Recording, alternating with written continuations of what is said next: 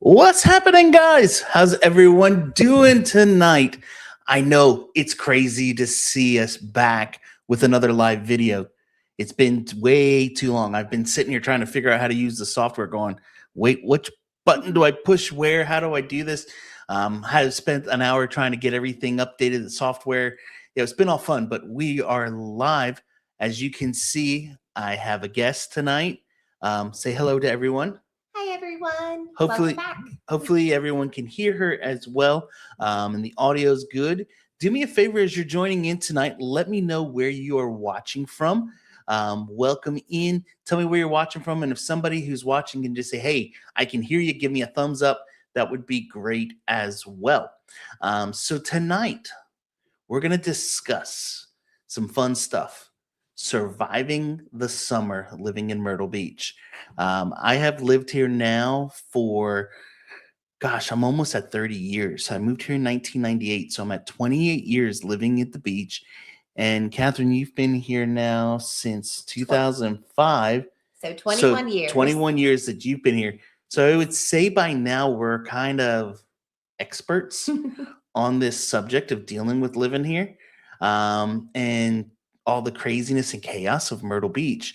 So we're going to share a little bit of that. I actually, for once, prepared. We have notes and everything with questions that we're going to discuss. And as we're going through it, if you guys have questions about living in Myrtle Beach, feel free to just type them in the comment section. Do that. If you're watching from your TV and you say, "Hey, I can't type in a comment, but I really have a question," up here and right there, there's a little QR code that we added to the screen.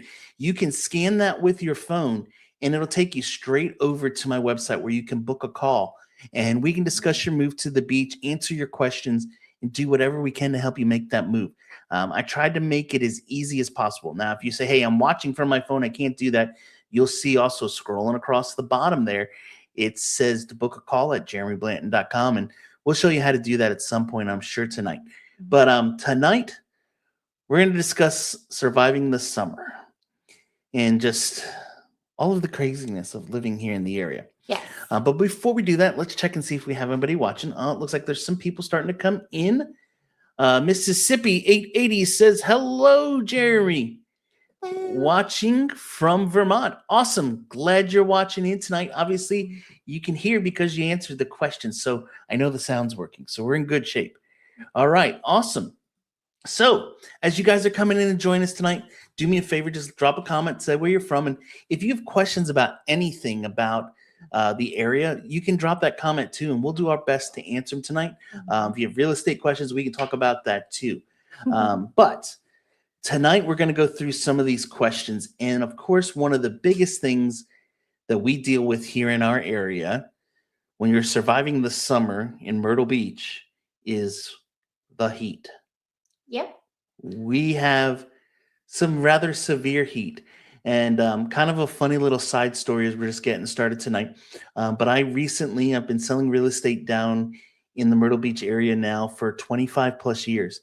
And I had an absolute first about 3 weeks ago now, where I had a client who on the day of closing, not the week before, not the month before, but on the actual day, at about 11 o'clock in the morning, calls me. He has a 4 o'clock closing to say, "Jeremy, I don't think I can move to the area because it's too hot." And my wife can probably tell you, I called her and I said, "Honey, he's not moving here because it's too hot." And she went, "What?" And so one of the things that I think we should just kind of say right up front is, so everyone knows, living here in South Carolina in the summertime is what? It's hot. It is. It is. It's just like all the teams that came over for the World Cup were all in all their tourists and everybody that were coming were surprised at how hot it was in America. It's hot in the South and it's humid as well.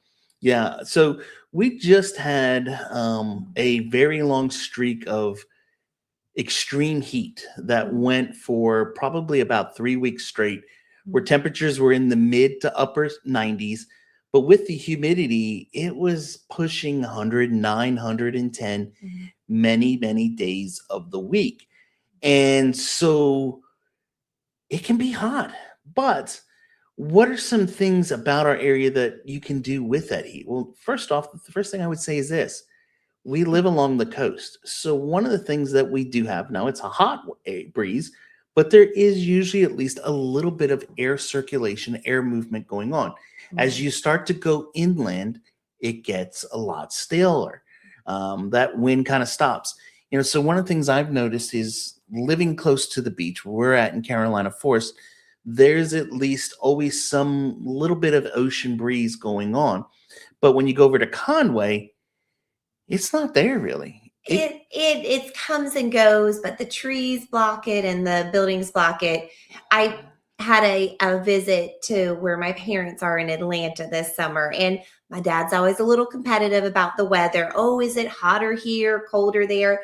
And when we were there, their temperatures were cooler, but they didn't have any breeze. And so when we came back to the beach, back to Myrtle Beach, it was so much more comfortable, and even in the middle of the day when the sun is beaten down, there's a breeze and it's nice.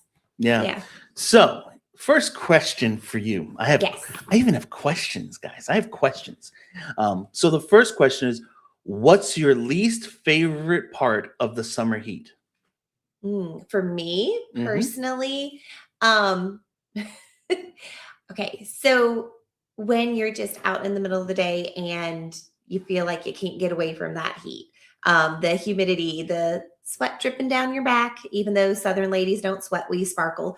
But I would say that like feeling like you can't go out right in the middle of the day, or you have to like do your errands at other times of the day. But it's one of those things. I've been around it so long, it doesn't bother me that much, but some other people do. Yeah, for sure. So one of the other parts that goes with that is the humidity.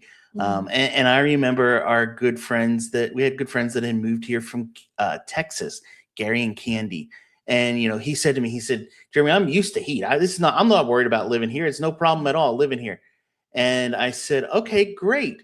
And then they moved here. And I'll never forget as they were unpacking their truck to move into the house, he's like, "Man, I can't take it here. It's so hot. This humidity is miserable." I think for me, the heat is nowhere near as bad as the humidity. I think the humidity makes it much worse. Yeah. And when we had like we just went through this rare time where we didn't have really any rain. In fact, Grand Strand Water and Sewer, which is the main water provider in our area, actually put a severe drought status up, basically saying everyone you can only use 6,000 gallons a month of water, Mhm. which with the three kids at the house is kind of tough to do. And the laundry and the garden and everything Yeah. else. Yeah. And if you have irrigation, yeah, because it didn't rain. Now, luckily, since you brought the rain home I from did. Georgia, because it did not rain. She was gone for about 3.5 weeks, and it didn't rain at all while she was gone. But since you've been home, it's rained probably every 2 to 3 days, which is great. Our pond out back was getting pretty darn low, and it's now definitely filled back up.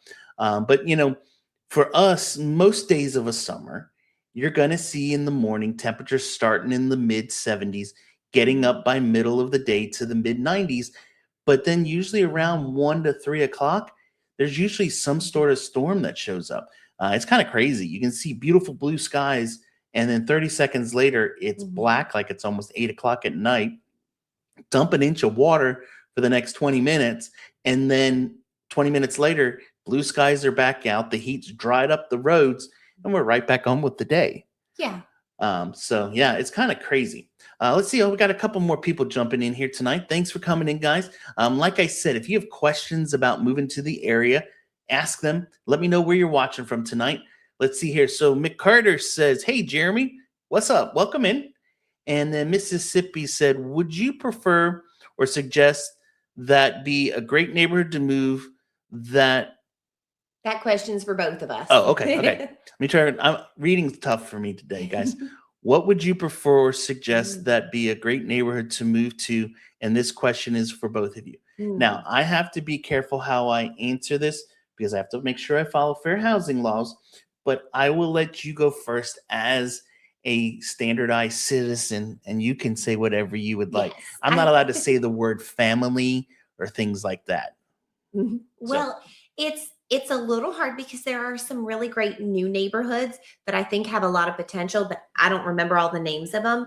I was actually just telling Jeremy, I'm like, oh yeah, there's this new one going in, and I just saw that they cleared another section. So those look great. That's off of River Oaks Drive. There are a couple of new neighborhoods, and I think that's going to be one of the up and coming. And there's some really great neighborhoods off of 90. But I really like the Carolina Forest area. There's more mature landscaping in that area, and you're close enough to the beach, but not like so close that you're dealing with all the craziness. And I really like the Carolina Forest area. I like the parks is lovely. If you go down on the other end, his grandparents lived in Walker's Woods and Avalon. Those are good neighborhoods, but those are going to be resale ones. Oh, what's the other one that's over? It used to be a golf course. Tuscany. That has like a bunch of different ones. So it's kind of hard. Like, do you want a neighborhood that has houses or condos? I like Market Common. But you're going to pay for being inside the city limits there. Market Common is really nice though. Yep. So I would answer this a little bit different. And here's what I would say first. Which area, the question, so I asked a couple questions to kind of help you answer this. First off, what area of the beach, when you visit, do you normally spend most of your time? If you're someone who visits Myrtle Beach frequently and you're always up in North Myrtle Beach and Little River and you spend all your time at the Cherry Grove Pier, then you probably want to look at houses up on the northern half of the beach. If you're someone who says, I'm always down in Surfside Beach, or I'm always down, like I'm right now getting ready to close a home down in Murrells Inlet. And by the way, Andy, Lindsay, if you're watching, hey, how you doing? But they were buying a house down there, and they said, well, Jeremy, we're always down in Pawleys Island. We go to the beach there. We love that area. We love the atmosphere that it has. So first thing is you have to kind of figure out, where do you spend most of your time? For us, we spend a lot of our time in the center part of Myrtle Beach, but we don't want to live in the tourism spot. You know, I've shared before, we actually lived in a home that was right off of 17 Business. And it was a beautiful, huge, massive home with almost 2 acres of land, 1,000 yards from the ocean. And most of you are thinking right now, this sounds like a dream. But it really and truly, at the end of the day, was some of the least peaceful time we ever had in our marriage, because it was always traffic. I remember we had to put blackout shades up because there were sirens flying up and down the road all the time, and we would see flashing lights and noises and all that stuff. And so for us, we couldn't really go outside and just sit in the backyard and relax. We couldn't enjoy the front yard. Had this huge, massive area, but it was constant traffic noise and ding, ding, and then the cars with the subwoofers, boom, boom, boom, down the road and all that stuff. And then everybody driving out to down our 48th Avenue there, down to the beach. And so there's so much just traffic and noise and constant chaos around us that it was really not a peaceful spot. So that would be kind of the first question. The second thing then is going to be obviously budget. Depending on what budget you have, can start to make determinations as to where you can now purchase. If you say, Jeremy, I really don't want to spend more than 300,000 and I need a 3-bedroom house with a 2-car garage. Unfortunately, with the way prices have increased over the last few years, finding that in the Carolina Forest area now is going to be pretty darn difficult. Unfortunately, prices have gone up. And as I always share, the closer you get to the big blue ocean, the higher the price comes. So, if you say, but Jeremy, my budget's 500 to 800,000, hey, then you have pretty much sky's the limit. But there's so many different factors that go into it. For me, I am a big fan of being in a neighborhood that has amenities. That's the other thing. Do you want to have a homeowners association or not? Some people say, I don't want nobody telling me, you're not going to put me in a place where somebody's going to tell me what I can and can't do. I ain't buying a no HOA. I get it. That's fine. But then with that, you're going to lose the community pool. You're going to lose the fitness center. You're going to lose weekly trash pickup. You're going to lose having your cable or internet included in your monthly fee. All of those things go away. But if you're someone who says, hey, I want to have those, great. Then it comes so many other questions with it. What I would honestly suggest is click on that little button where my finger, there, right there, right here. Scan that QR code right there. That's going to go over to my website and allow you to book a call. And we can discuss all this stuff and kind of go through it and give you a really good game plan. Even if you say, listen, I'm not going to be buying Jeremy for another year and a half, it's okay. We can have a conversation now, start that process, and that way then you can start to narrow in where you want to go. So hopefully that answers your questions pretty well. All right, let's see. There's some other stuff that's come in here. Watching from Winston-Salem. Welcome in, Frank. Hi, Frank. Actually, I'm going to be heading up to North Carolina a little bit later this week. I got to go over, where am I going? Fayetteville? Fayetteville. I'm going to Fayetteville. Our student ministry is up there at summer camp.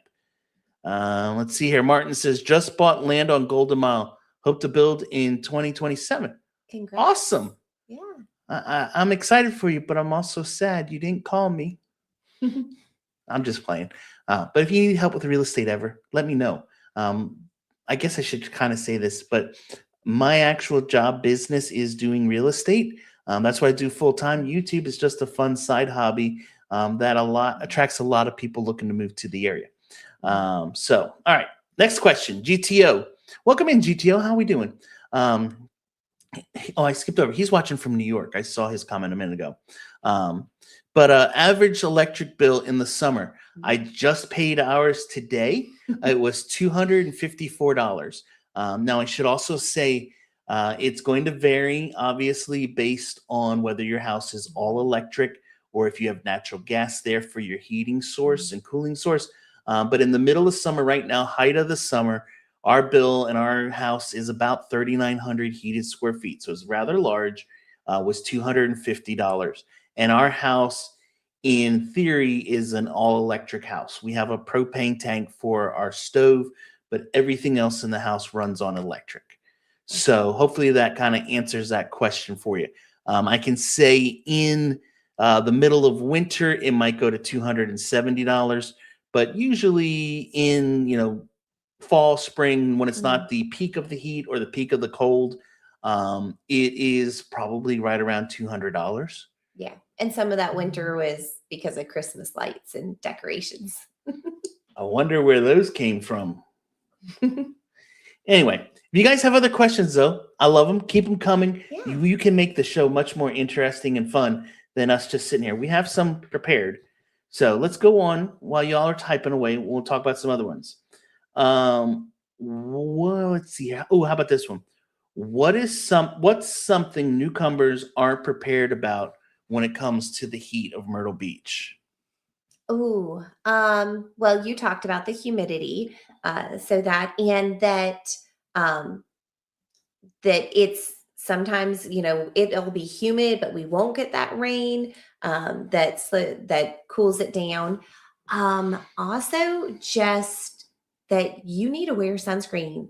Like, even if you feel like, oh, I tan all the time, you're going to get sunburned, and you're going to need to wear a hat if you're going out in the middle of the day. Oh, and I know I'm jumping all over the place, but if you have pets and you're taking them for a walk, don't take them for a walk. Kids and pets, don't have them out in the middle of the day. Do that in the morning or in the evening, so it's not going to be hot for them, especially on their if you're taking them on the sidewalk or the asphalt, which gets so hot.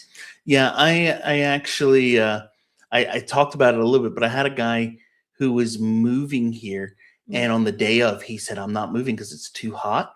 He's coming from the Pacific Northwest, where he's used to being able to be outside all day long during the summer and enjoying it. And he's like, this is great. And what I tried to explain to him is that when you move here, locals are not out during the day. We're in the house, in the air conditioning from, basically 11 in the morning till probably 4 o'clock in the afternoon, unless or at the beach or at the pool or the water park. Intentionally. Intentionally on it. But other than that, you're going to be inside in the air conditioning. Mhm. And so a lot of times I get that where people are like, well, I'm going to go out and cut my grass at 2 p.m. No, you're not.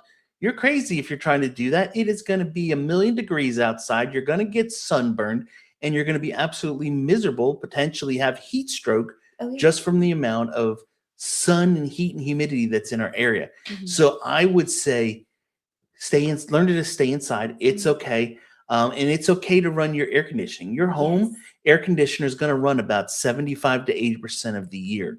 The houses here are designed central heat, central air. They're designed efficiently, especially newer construction now, to make sure that it runs efficiently and does a good job of cooling the home. Mhm. Talking about new construction a minute, one of the things that they do, D.R. Horton, one of the builders, does, and I know a lot of the other ones do as well, is called a manual J check. What they do, and our house doesn't have this, unfortunately. But what it is basically they have what are called these jumper ducts. That one is there's an air duct on the inside of the door. I'll get my hand here, inside of the door, and then there's another one. There's a door here, and then there's another one right here. And all it does is it has the tube that goes over the door and basically allows airflow from outside the door to inside the room. What that does is when the air conditioning kicks on, we do this happens in our house, and this is how I know it's not there. Is when it kicks on, our bedroom door slams shut. If we had the J ducts or whatever they call those things in, we would not have that happen. It allows air to flow and keeps also an even level of temperature basically across all rooms of a house. I think back to the house that we rented over in Cameron Village, Mhm. down on the southern end of the beach. And if you remember our master bedroom there, it our bedroom sat on the back of the house and got the afternoon sun, Mhm. which would mean our bedroom would also be extremely warm Yes. as we were trying to go to bed at night. So we would crank the air conditioning down to try to get it comfortable to sleep.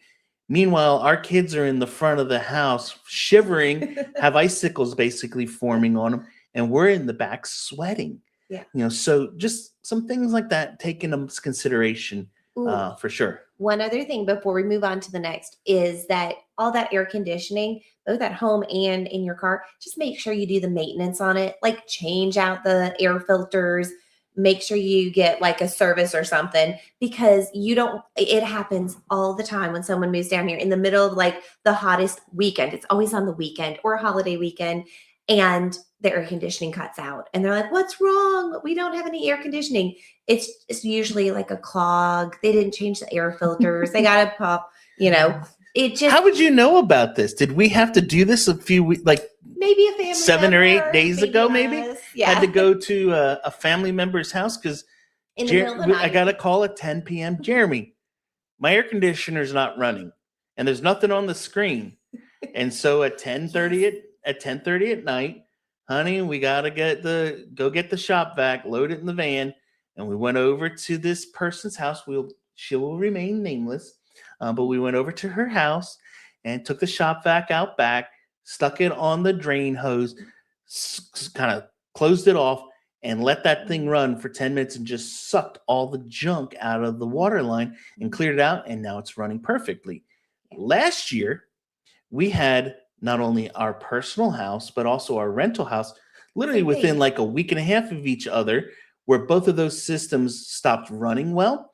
And that was because in our house, we forgot to change the filter. Mhm. The tenant didn't know they were supposed to change the filter. And so that's why just easy maintenance things like that are super, super important to do Yeah. to keep your system running well. But what you were saying about the register, like it going blank, that blank screen when you try and change the temperature is a dead giveaway. Like it's not that your power went out on your house. It's something with the system. Yep. So, all right, let's change subjects here. And guys, like I said, if you have questions, feel free to ask them. And actually, I'm going to ask, we love chat participation as well. Yes. So while we're doing that, I'm going to ask a question to the chat. I have some of those. Let me find that sheet. It's here at the back page, I think is the list. All right. So here's a question for the chat of you guys watching tonight. I want you to answer this question for me. Do you love or hate the heat? You can tell me love or hate heat. Where you And live. where you live or here in Myrtle Beach, either one doesn't matter. Love or hate the heat. And if you want to tell me why, bonus points for that too. Mhm. All right. While you guys are typing that out, let's get to the next topic here, which is the other fun part of summer. Once we get past summer heat, summer traffic. Mhm. We love the beach. Everyone else wants to come here too and go on vacation. Yeah. Yeah. So, with summer traffic, what are some of the roads to avoid? I would say 17, business, and bypass in the main part of Myrtle Beach. Also in North Myrtle Beach, it gets real crowded up there in front of all the restaurants. In especially if you're going like that 4 to 7 p.m. or like in the morning when people are trying to get down to the beach. Also, I just 501, especially if it's like the morning commute. There are a lot of people that come in from Conway or Ainer into the beach for work. That morning commute, if you don't have to take that, don't. And on Friday, just avoid 501 and 544 on Friday, which it actually is you're able to do that. There's a lot of workarounds. You know, it might seem silly. Maybe you're from the time where you would pull out your atlas and map out how you're going to go. Just put it into the GPS on something that updates, like I use Waze, and it will tell me based on right now traffic, what's the best way to get there. Yeah, I cannot stress staying off of 501 on Fridays and Saturdays whenever possible. 544 more on Saturdays. And Campers. yeah, exactly. Our church that we used to attend sat right along 544, and on Saturday evenings we would have our youth ministry that would meet at 6 o'clock. And when it sat along the road, and so we would just see the RVs and campers backed up for miles and miles and miles trying to get down to where all the campsites are. On 544, as you get down to the ocean, that's where Ocean Lakes Campground, Myrtle Beach Campground, Pirate Land's there. All the different big family campgrounds are all right along there in a row. So everybody's coming in on Saturday to check in. Friday on 501, all of the people are coming in for the weekend, and they're all coming in. And on Sundays, those are also filled up with people going out. Yep. So, when you're thinking about houses, that's something you definitely want to take into consideration. Where am I going to live? Am I going to deal with this on a regular basis?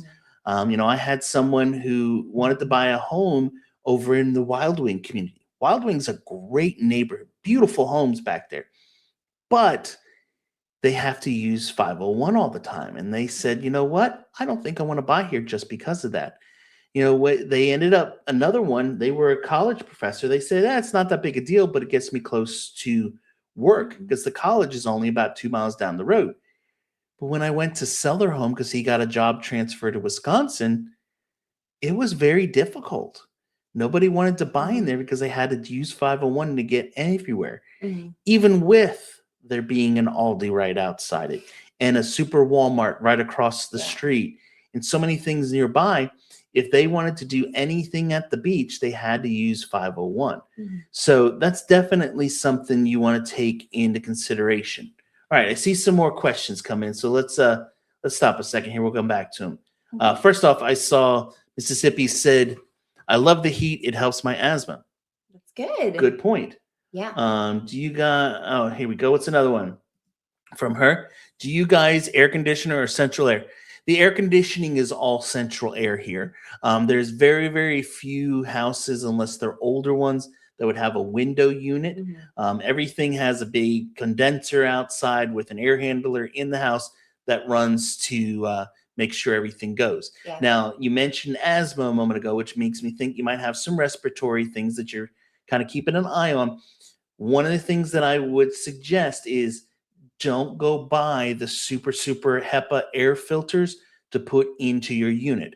If you do that, it's going to make the unit run much more harder and it'll make it wear out quicker. Instead, what I would suggest is buy cheaper ones and just change them on a more regular basis. Cheap, that if you buy the super cheap ones, they suggest changing them every 30 days. If you buy up one step, which is what we have in our house, they can go about every 45 to 60 days on that. So hopefully that answers that question. Also, GTO said, are there any road updates in progress in that area? Yes, there is always road updates and construction going on in our area, and things continually. One of the big ones right now is they just talked about that 31 is going to get an extension. So that's going to definitely get a little bit more. They are in the process of widening parts of River Oaks, especially with the new developments that are coming along there. So there's definitely road projects. I know over by the airport, they have done all kinds of construction over there, and there's orange barrel season all over it. Also in downtown Myrtle Beach. I know you go through this area a bunch more. So talk a little bit about that one. So if you have been coming to Myrtle Beach on vacation for years and you're used to taking 501 and you come down and then it's that 5 points where all the roads kind of go this way and you can't really see the beach where the pavilion used to be, it's going to be so different. It's not totally done, but they've been working on this for at least a year. They're rerouting 501. So you're going to take it down and you're going to be able to see the sand and see the ocean. There were a couple businesses that needed to be moved. They've done that. You're just keep an eye on the signs. Like you said, there's orange barrels, but I don't know when they're going to be done with it, but it's a whole new arts and innovation district. They're really revamping, making it more pedestrian friendly down there. And it's going to be a nice streamline straight down to the beach. I think it's going to be coming in at like 8th or 7th Avenue North will be where 501 ends. Also 501, we were talking earlier about Wild Wing. Over there, they are really working on that widening. As you're going out towards the college from Myrtle Beach, they have like the turn lanes are closed down and they've moved it over. And I believe they're doing a frontage road on the side in front of the Aldi going towards Ori Georgetown Tech and CCU and the businesses on that side. One of the things that I really like, if you are looking in that area, they have built a connecting road from down at Conway Medical that goes all the way up to the backside of Carolina Forest. And so there are roads to get around. And it really, there are some new roundabouts in there that really make traffic flow well. So it's getting there. Yeah. In fact, let's go here a second. And just so you guys can see what she's talking about here. Basically, this segment right through here, we're on Google Maps of 501 is where a lot of construction is going on. But if you look right in this area is where Conway Medical Center sits, and it goes through here. But then you're going to see there is this little frontage road or back road basically that goes through. And they have with that, if I zoom it in here some, they added a whole bunch of roundabouts that you can take all the way down through here and go all the way down past the Sparks Toyota. There's a Dunkin' Donuts and down there. here to West Perry and come across into Carolina Forest. So you can skip when we're traveling on there and it's a heavy traffic day. Not a lot of things are on this road and you can kind of get around it pretty quick. Now this area right here backs up a little bit getting across 501, but it is pretty cool. So anyway, whoa. Yeah, and the there. Where you were saying 31 is supposed to, I'm not sure when that's going to be, but they said it's going to take it almost down to into Georgetown County. Yep. So you're going to go from North Myrtle Beach down to Murrells Inlet. And so all those people that want that yummy local seafood down in Murrells Inlet, it'll be a great way to get around the traffic. Yeah, for certain. So the next part here with this, it's kind of funny. This question went into traffic. That's why I kind of waited a second to go to it. But with the traffic that we have in our area, one of the things that I have noticed and found living here now, coming up on 30, well, I've been here close to 30 years now, is when I moved here, Carolina Forest basically came up to where my development was and became a dirt road right after that. River Oaks Drive didn't really exist. That whole Publix, the parks, all of that area didn't exist. It was just dirt. And so at the time, people were like, what in the heck is this developer doing building 1,600 homes in a dirt area? And so, yes, there's been a ton of development, a ton of growth in our area over the last 20 years. With that being said, when you guys are thinking about moving to the area, what I highly, highly, highly, highly recommend is don't just take the word of a local as gospel when you're making your decision where to move. I had a client, Jim and Tanya, and I've shared this before, that they were not going to come to Carolina Forest. They watched a ton of my content, learned about Carolina Forest, and said, this is where I want to live. But on the way down, they stopped up in Little River to get some food. And while they're sitting at this restaurant, they carried a little real estate magazine in, and the server said, oh, you're thinking about moving to the area? I said, yeah. And they asked her, well, where's the best place to live? And of course, the server said, well, of course, it's Little River. It's where I've been. And a nice little couple at the table next to him, this elderly couple, oh, we love living here in Little River. We've been here for 40,000 years, and it's the greatest place to be. And then they said, well, what do you guys think about Carolina Forest? Oh, no, you don't want to be down there. The traffic is horrible. It's the worst thing in the world. Now, I'm originally from outside Philadelphia. You're originally from outside Atlanta, Georgia. Yes. I talk to many people moving here from New York, from New Jersey, from California, from other parts of the country. And when I start talking about how horrible the traffic is, most of those people laugh about it. The reality is this, guys. Yes, there is more traffic in our area these days, but in comparison to large mega cities, I mentioned earlier about Andy and Lindsay. They're coming from up near Charlotte. And he said, Jeremy, I learned if I don't get out my house by 5 a.m., I'm not getting to work on time. And it's going to take me 3 hours.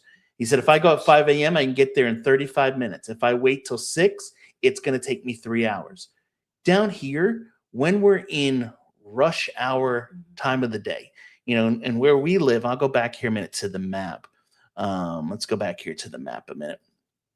And we'll jump over here to where we live. We live up at this end of Carolina Forest, up in this area. Here's where the farm sits. And so in our area, the main areas of traffic are going to be right here where there's a bunch of congestion. And then over in this area, there can be some as well. But even in the height of the season time, if we go 5:30, try to leave my office and go home, it might add, what would you say, 7-10 minutes to the trip, if even. Yeah. It's not much. It's not like other parts of the country where you're adding hours to your trip. Now, I will say 501, if you're coming in 501 from out here in Conway and you're having to come into the beach and you're trying to do that on a Saturday in the middle of July, yeah, that could take an extra 30 minutes or maybe an hour, but Yes. it's not going to be hours upon hours of time. Okay. I need to change that so I don't do that button. Sorry. So any other thoughts or comments you wanted to say on traffic? No, just, take everything with a grain of salt. It's not going to take that long. And if you go a route that you're like, oh, this was bad, try a different route the next day and have patience, because there are some folks, when you're driving down here, you might have somebody that it's their very first time to Myrtle Beach and they might not know where they're going. So just as I'm telling my kids, because we got kids that are learning to drive, I'm like, don't be in a hurry. Slow down, let someone else go in front of you. That stress is not worth it. We're here, we're at the destination, enjoy the beach, enjoy the pace of life down here. Yeah, So, and that's 100% accurate. People move here because they want the beach life, and it's a relaxed, laid-back style. So we don't need to lay on the horns. We don't need to rush at 10 miles over the speed limit to get where we need to be. Plan an extra 3 to 5 minutes in your trip, and you'll be fine with it. So let me ask this question for you. Actually, no, I'll just answer this one. When do we refuse to drive? That one's kind of simple. It's not so much when, but it's kind of a when and where. And so for us, one of those times obviously is during the biker weeks, when there is a lot of traffic around Memorial Day, also like 4th of July week.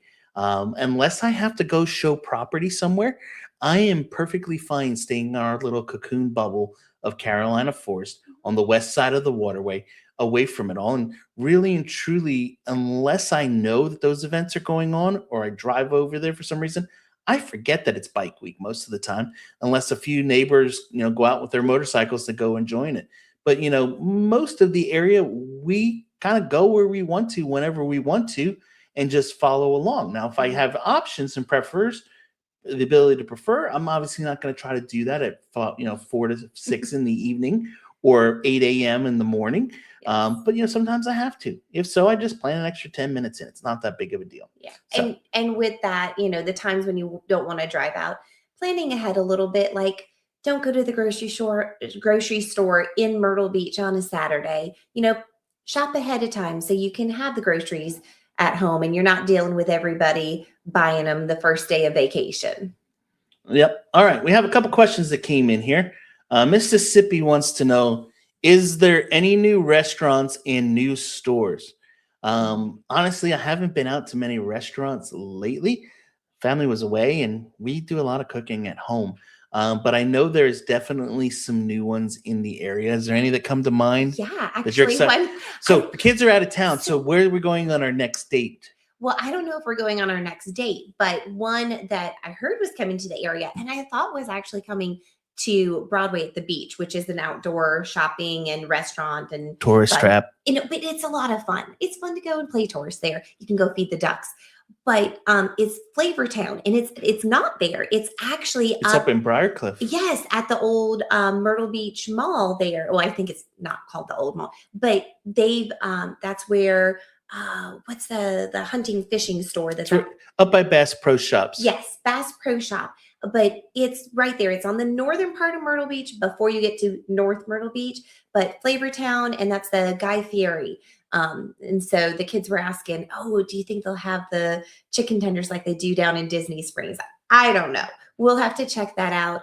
But those are, and what I would say is Myrtle Beach has a wide variety of restaurants. There are always new ones popping up, but what for me stands out is not necessarily the new ones, but the ones of that's been there for a while. I know it's good because it's succeeded. Like there's a German or place that's down Horst Guest House. Yes, and then there's one. There's a barbecue place I want to try. It's like what Big Wave, Big Owl, something, but it's like a hole in a wall, but it's been there forever. And there is some really one new one we have tried. He hasn't gotten to have it. It's a European bakery called Saray, and it's close to where we go down to the beach. So a couple times when the kids and I have been going to take the dogs to the beach, we've stopped by and gotten these like ginormous croissants that are filled with hazelnut spread. It's really good. So, yeah. I have a confession. What? That missing croissant from the house. Was it good? I ate it. That's good. It was pretty good. So I haven't been there, but I have definitely consumed some of the product from there. Yes. Yeah. So those are some good spots. Like she was saying, we as locals don't go to a lot of those tourism spots. Mm-hmm. So like Flavor Town, it's kind of more of a little bit of a tourist trap type deal.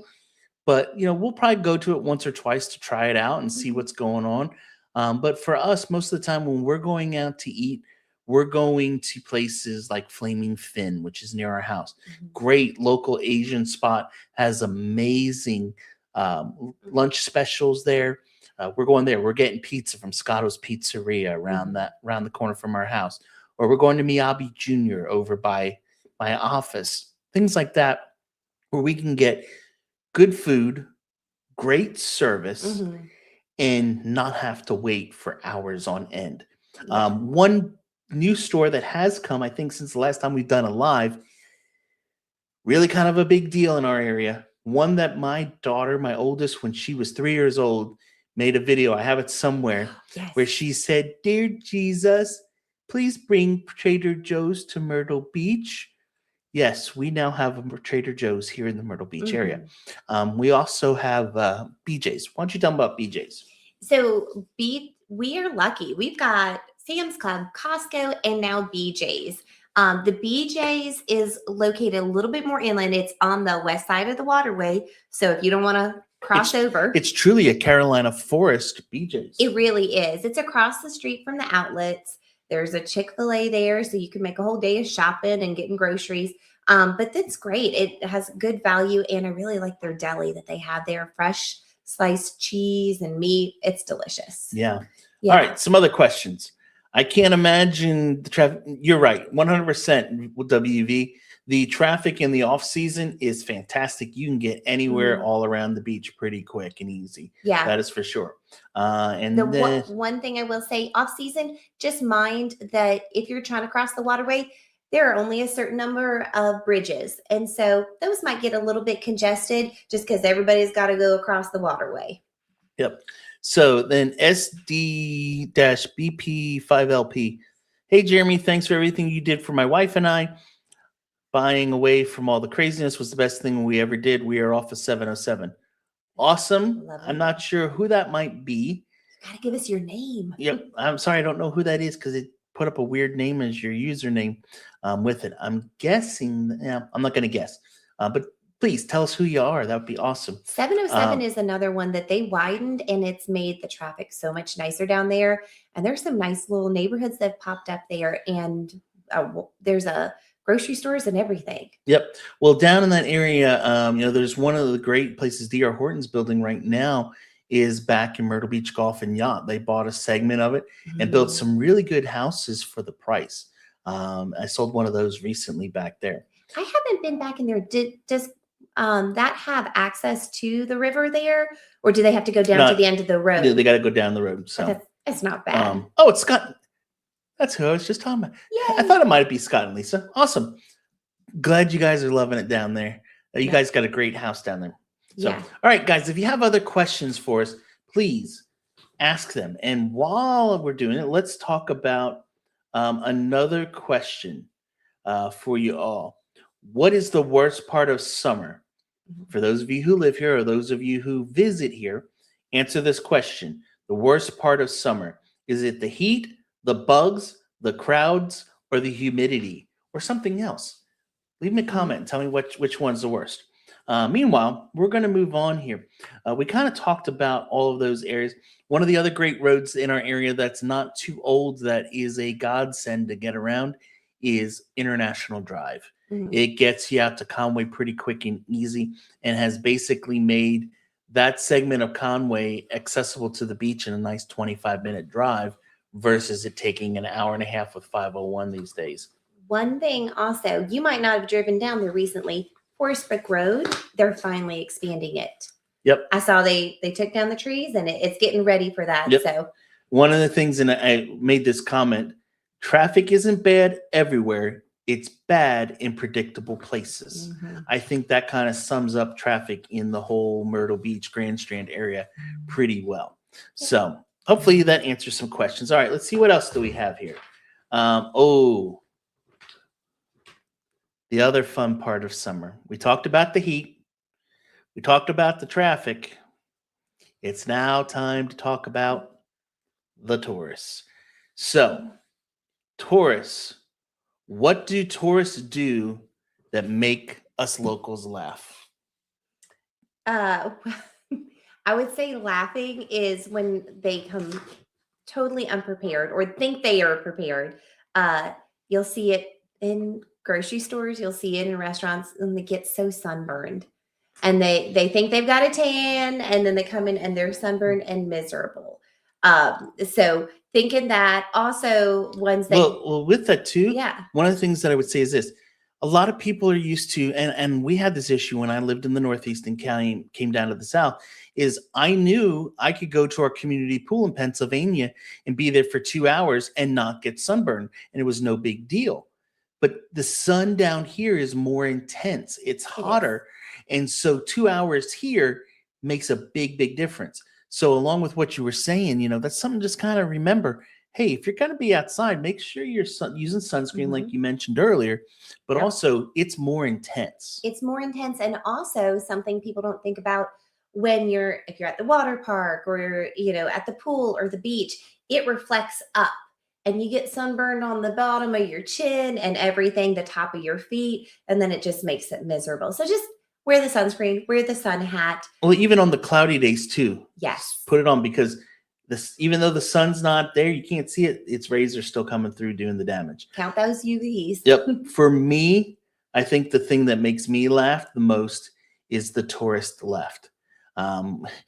Yes. The person who's in the left lane and all of a sudden shoots across 3 lanes of traffic to turn right into Outback Steakhouse, or they're in the right lane and they go, oh, there's the Walmart, and cut across 3 lanes to take a left all of a second. Yeah. In a matter of 3 seconds time. I call it the tourist left. You see it, yeah, and unfortunately it does cause a lot of accidents in the area too. So I think that's probably one of my favorite things. One of the other things I know when I was working, when we were dating and newly married, when I was working in restaurants, of people who just aren't tipping, aren't treating, the locals well. And, if you're not going to act like that at home, why act like that on vacation? And so that sometimes can tick off locals, when people are acting a fool. We didn't ask tick off. We asked laugh. Make us laugh. Oh, laugh. Yes. Things that make us laugh. So, all right. Okay, we have another comment here. Let's see what GTO said. I think summer heat and humidity is tolerable if you plan accordingly, no matter where you live. That's pretty fair. I know when I lived in Pennsylvania, our houses were not designed to handle the heat. So when we had 80 and 90-degree temperatures, I sweated like crazy at night because we didn't have central heat and air. My parents, they had an air conditioning unit in their bedroom. Yeah. But if the door was closed, I wasn't getting any of that cool, number one. That was the only air conditioner on the whole second floor of our house. Downstairs, we had, I think, 2 in there, and then there was 1 down in the basement. So it would get a little stuffy in my house, to say the least. That's the same way. I grew up vacationing and visiting family in Ohio, and they never had air conditioning. In the afternoon, we just try and sit in front of the one fan. I know somebody that was watching earlier had said they were from Vermont. I heard that there's not a lot of central air there. So I'd love to hear from that person. What are their summers like? Yeah, well, I remember when they had the heat wave in the Pacific Northwest and your brother was, I mean, People were getting sick. They don't have air conditioning at all because it's never warm enough. But it was for some reason in the high 80s, low 90s, and it was bad. Yeah. So, all right, some other crazy things. What about a group of people walking across 17? People think, oh, I'm going to walk everywhere. And, we were talking about that same brother we were just talking about. Yeah. He came to visit, and he's like, oh, I'm just going to walk to the restaurant, and we'll meet you guys. We're like, no, you're 4.5 miles away from where you're at. Yes, it says it's 10 blocks. But that 10 blocks is not equal anything with it. There's half mile between some of those blocks. Yeah. Oh, so you don't want to do that. Also, the other thing is 17 business. Don't try to cross it with the family. No. I seen it so much when we lived and we would hear the sirens because people trying to cross 17 with the family walking across, and some idiot's not paying attention, runs the light, or something happens and it's just bad. So I would say let's not do that. Yeah. Don't try and cross it, especially if there's not a crosswalk. If there's not a crosswalk at that traffic light, take it as a signal. Well, yeah. We used to, the one that really makes me laugh too is when we go into the grocery stores and the people, oh, I just needed something to drink, and so they come in their bathing suits, and it's just like, yeah, guys, put the cover-ups on too. We don't need to see that. Yeah, no shirt, no shoes, no service. Yeah, well, should be no cover-up, no service, but nevertheless. But the one thing I would say is this: without tourists, Myrtle Beach would not be what it is. I did a little bit of research to figure this out. $26 billion in revenue comes in annually from the tourists. That's huge. Huge. And it basically produces around 80,000 jobs for our area. So yes, we don't like, all the tourists, but it's a definite necessity. And it's one of the reasons that we as locals get to live in an affordable place because the tourists are helping to take care of it. One of the things, and it comes up every couple of years, it won't for a long time because they renewed it, but it's called the riding on a penny tax. And I think it runs now to when I think it's like 2035 or 2038 or don't something. know. It goes way out. But what it is basically they put a 1 cent tax on a lot of your goods. So where you live now, if you go to Burger King or whatever, you may not pay tax on that stuff or not pay a lot. Well, what they do is instead of just having to pay the local tax, they put a 1 cent surcharge on. Why? What I just say a couple minutes ago was what? $26 billion of revenue that it generates. Mhm. 1 cent, 1% of 26 billion is a lot of money to get that road work done in our area Mhm. and to build more fire stations and police and all Yeah. that stuff that we need for our area. Ooh, the So hospitals. yeah, so I will gladly pay the extra 1 cent when I go to get my chicken McNuggets. Yep. Yeah. So, all right, next topic. And guys, if you have questions while we're going, just type it in the chat. We're here to answer any questions you might have. Do the locals even go to the beach? When was the last time? Well, before you answer, and I know this answer. When was the last time I went to the beach? I would say it was earlier this summer. We had a beach baptism with our church. And so I went, I didn't put my feet in the water, but I did go down to the ocean to support people. Mhm. And I was there for 40 minutes. It was enough for me. I'm not a big beach person. I don't like the sand between my toes. It kind of annoys me and freaks me out. Just a whole, Yeah, touch sensory thing I don't like. But you, do you go to the beach? When I was the last time do. you were there? It wasn't this week, last Thursday. No, it was Saturday. We go a couple times a week. We try and get down early in the morning before you start paying for parking. Because if you go before 9 a.m., you don't have to pay for parking at any of the public access. And if you go before 10 a.m., you can take your dogs down on a leash and enjoy that. And we had a great time. Uh, the beach has been lovely recently. The area that we go to, they had renourishment earlier this summer. And so we've been finding some cool shells and shark teeth, and it's just wonderful down there. Yeah, I really enjoy it. Yeah. So with that, you brought up a couple good points that I think we should make. When you live here, first off, we should say this: living in Myrtle Beach is not a vacation. It's not going to be the same as when you go on vacation to the beach. When you're coming here on vacation, let's just be real. You've taken off of work. Mhm. You've saved up extra money. You've planned to not have to do work, not have to do grocery shopping, not Mhm. have to do laundry, not have to do any of those day-to-day activities that you do. And so you have all the free time in the world to wake up in the morning, eat breakfast, go down to the beach, plop down on a chair and stay there For till hours. 4 or 5 in the Mhm. afternoon and just watch the waves roll in. And Mhm. you're here for a limited time. You want to maximize your effort there. But when you live at the beach, you have to go cut the grass.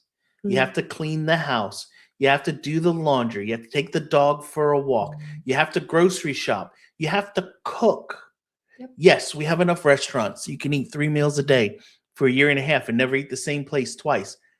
But it's expensive to do that 3 meals a day, 365 days a year. Yes. You are not going to like how much it costs at the end of the day.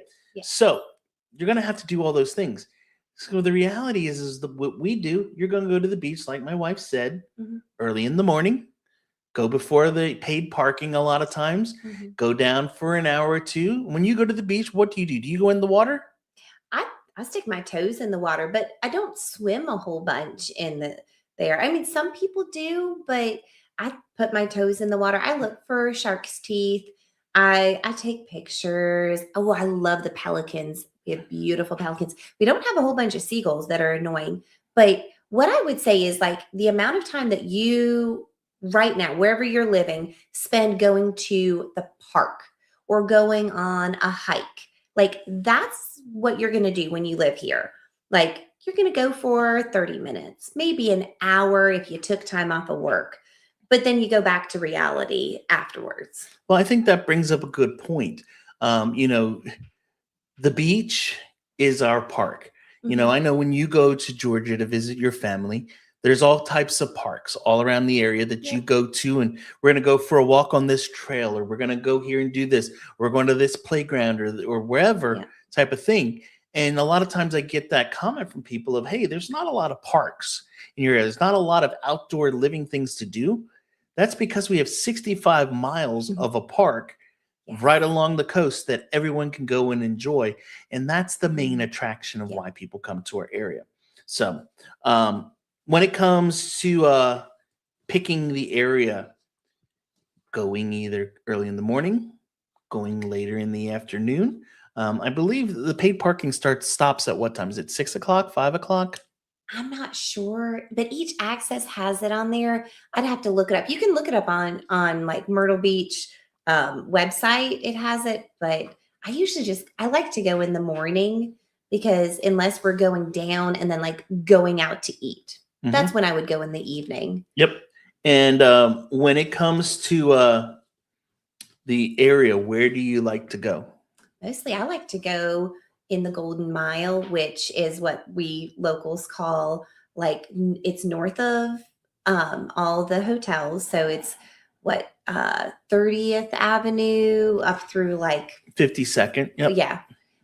And that area, I like going up to Little River and going to like Marine Gardens up there, which it's a park, but it also has beach access there. Or river access. It's beautiful. And there are a couple other places.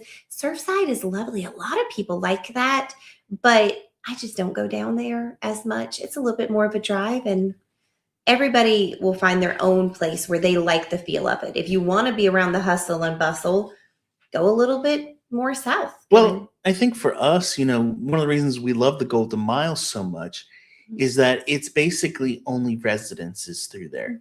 So you don't have the high-rise hotels. So there's not a ton of tourists that are going to be there. The people at those beach accesses are mainly going to be locals that are going to be there.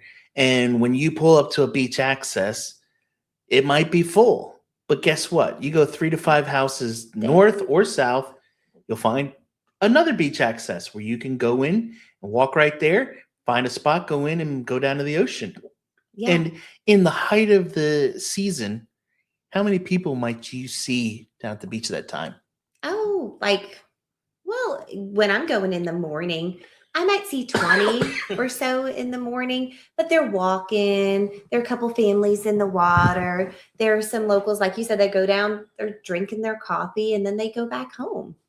And it's one of those things that you can find the area that works for you and stay as long as you want. One thing some people don't realize, you said about like when you're there on vacation, you go for hours and you got a hotel that has a bathroom behind you.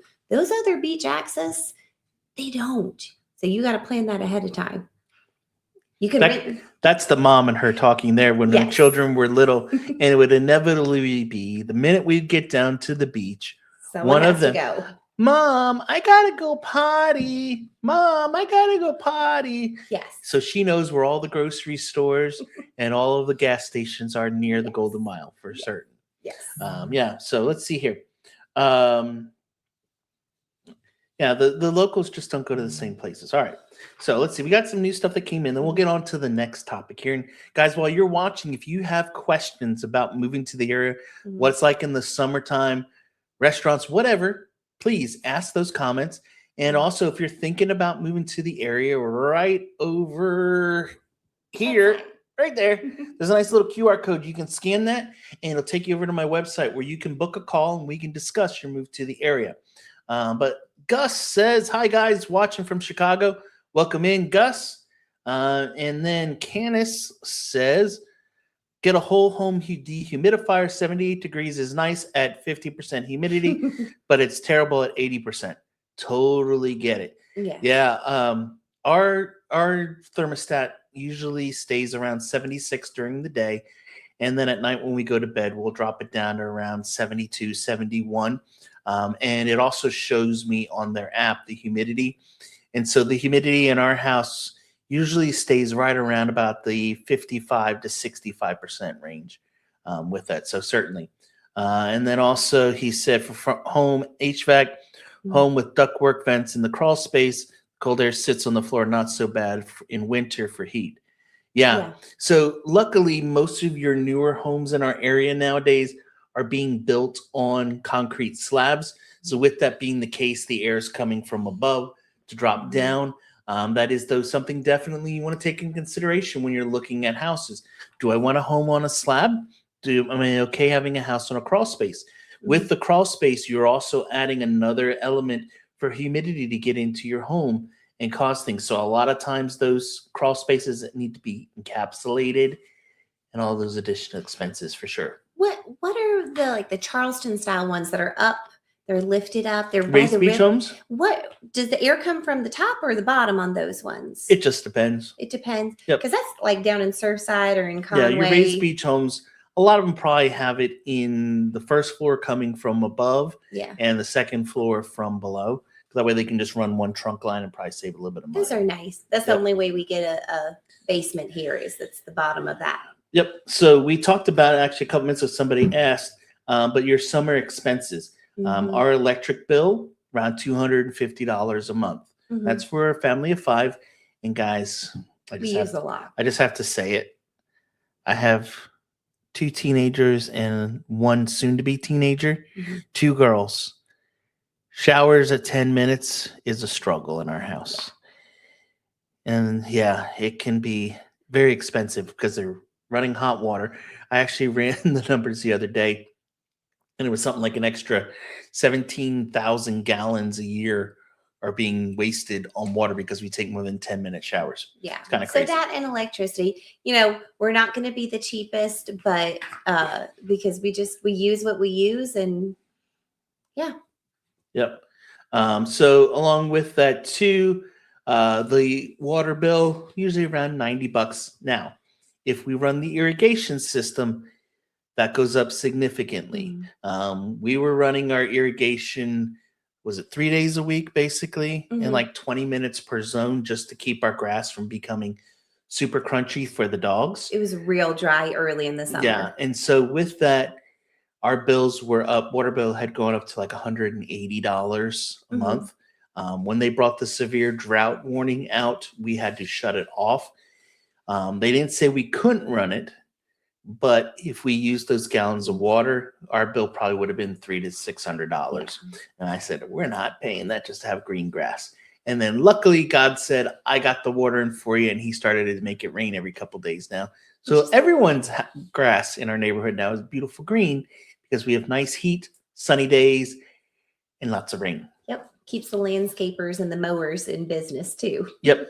So with summer expenses, the kids want to do everything. What are some things to do to save, give activities? During the summer, they're out of school. Yeah. So what are some things that you do with the kids to entertain them? Well, I absolutely love summertime. The heat doesn't bother me. We're going to go out and do stuff. We love going to the water park. We have, like you were saying, if you buy in an HOA, you've got most neighborhoods, even if they're like condos, they have a pool. So utilize that. Go a couple times a week in the evening, cool off and have fun. When the kids were little, and they still do it, we just haven't been going as much recently. They have free movies at the local movie theaters. It's usually like on a Tuesday at 10 a.m. Down in Market Common. Yeah. Yeah. And they usually have a special where you get like a little popcorn and a little soda.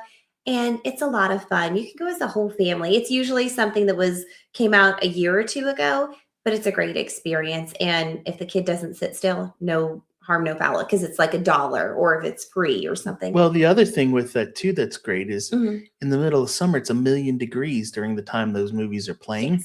So it's some fun thing to do to keep the kids entertained. Doesn't cost a lot of money, and it's not 1,000,000 degrees to do it either. Yeah. And it's a fun out of the house, especially those times when it has been raining every day that week. So you can still go do something fun. So we like that. I know you were saying like how the beach is like our park, but there also are a lot of other parks in the area that I enjoy. You can just Google search them on a map and see what's in your area. There's like the Carolina Forest Run Walk bike trails. I like doing those, picking the right time of day. But we also love getting involved with like the libraries. the Horry County and the Myrtle Beach, downtown Myrtle Beach, the Chapin Library, they've got great like summer reading stuff for adults and kids and teens. And there's always something going on. So just go on the website, see what you're interested in. They have Lego builds. They have like a kids cooking class. Oh, Well, yeah, and they just had the big summer yes, end of season event, and it was like a giant foam party and stuff that the it was a kids. lot of fun. I know our youngest, she's soon to be 12, had a absolute blast, and even though the teenage boy tried to act too cool, He had fun still. he had a lot of fun too. Yeah. Yeah. So there's tons of stuff like that. The other thing we do is every Good Friday, Black Friday, we buy season passes to Myrtle Waves. It's the cheapest time of the year. And literally, if you go to the water park twice during the season, it pays for itself. So we buy season passes. And so, once again, it's another thing when you're on vacation, you go make a whole day of it at the water park. And From the minute it opens at 10 till, it closes at 6 o'clock, because you want to get the full amount out of that $40 pass. But when you have season passes and you live here, you can go for an hour or two, ride 3 or 4 slides, go across the street to Sam's Club, pick up your groceries, and come home to make dinner. Yep. So there's definitely living here is definitely different than vacationing here. With that for certain. But there, if you've got families, look into the things like Black Friday special for that, or getting a membership to like one of the trampoline indoor places, things like that. There's always something going on. It's usually trying to decide what out of the 10 things are you going to do. So if you guys have questions, put them in the comments. That's for certain. But one of the things I wanted to jump back a second to traffic and tourists and all of the different stuff and talk about parking a minute. This is something that a lot of people who are moving here go, wow, this is amazing. Yes, if you go down to the beach, you have to pay for parking, but it's what, like $3 an hour? Yeah. And if you go the whole day, I think it's $20 for the whole day, or $15. It's not much. But the big finding the Myrtle Beach ones. Don't do the ones where someone's bought that parking lot. Do the Myrtle Beach ones. Yeah. So, but the one thing that's very different is, when you go to like Broadway at the beach or Barefoot Landing, or, down to Market Common where there's a parking garage in those places. If you go to big cities, and I noticed this when I went to Charleston, I've noticed this when I've gone up to Charlotte, when I've gone to Savannah, to all these different places, you're paying for parking in all of these spots. And it can get expensive pretty quick, spending $15 for 3 hours at this place to go have dinner. And then you're going over here to get your groceries in this place, and you have to go shopping there. Like when we went to Washington, D.C. Oh, yeah. We went to a place where it was a Whole Foods and like 7 other things in this high-rise building. We had to park underneath to do it. And it was, $10, $15 to be there for 2 hours to basically find something to do to keep us entertained, play mini golf, and, go on with the rest of our day. But here in Myrtle Beach, all of our areas, for the most part, it's free parking, except for in downtown Myrtle Beach at the ocean in those areas. So unless you're coming for like, country music festival and you have to park right down by the beach, or you're going to the ocean, it's free everywhere you go. Yep. So kind of a cool thing. All right. Let's talk about some other things. Local favorite summer activities. Oh, yes. Some of these, though, guys, I'll be honest, we don't do them in the summer. We do them more in the fall. Like the first one, Murrells Inlet Marsh Walk. It's great. It's beautiful, but I'm not going there in the middle of summer. It's way too crowded. I'd rather go in the fall time or in the spring when there's nobody in town. It's still just as beautiful, but with a lot less people. Yes. Brook Green Gardens, you like going there? I do. I love going there. But again, I would pick that, go during the springtime. If you are going there, make sure that you take advantage of the special that they have where you can go back again. When you go in, you'll get, like, it's for a whole car, and you can go back again within 6 days, I think, for free. So why do you love Brook Green Gardens so much? Oh, that's where we got engaged. Yes. 20 years ago. Yes. But we also didn't go in the middle of, actually, no, we did go down during the summertime, wasn't it? No, Yeah, it was May. So it wasn't quite yet the But heat of we summer. have friends that just got married there, and they had a afternoon shower that cooled it down, and then it was lovely. And but one thing, when you're there, they have a wonderful low country zoo. So it's not just statues or plants. There's like a whole zoo thing that you can do. It's a lot of fun. Some other free things we love to do. Yeah. Once again, going back to Broadway at the beach, we used to go on Tuesday nights. Why did we go on Tuesday nights to Broadway at the beach? It's fireworks. Yep, every Tuesday night, 10 o'clock during the summer, there's a fireworks show that would take place at Broadway. It was free. Yep. We had to just pay to drive there. Park was free. Go sit around in the crowd, watch the fireworks for 10 minutes, and go back home. That's not a big show. It's not like Disney when you go see fireworks at Magic Kingdom. It's not like that. Okay.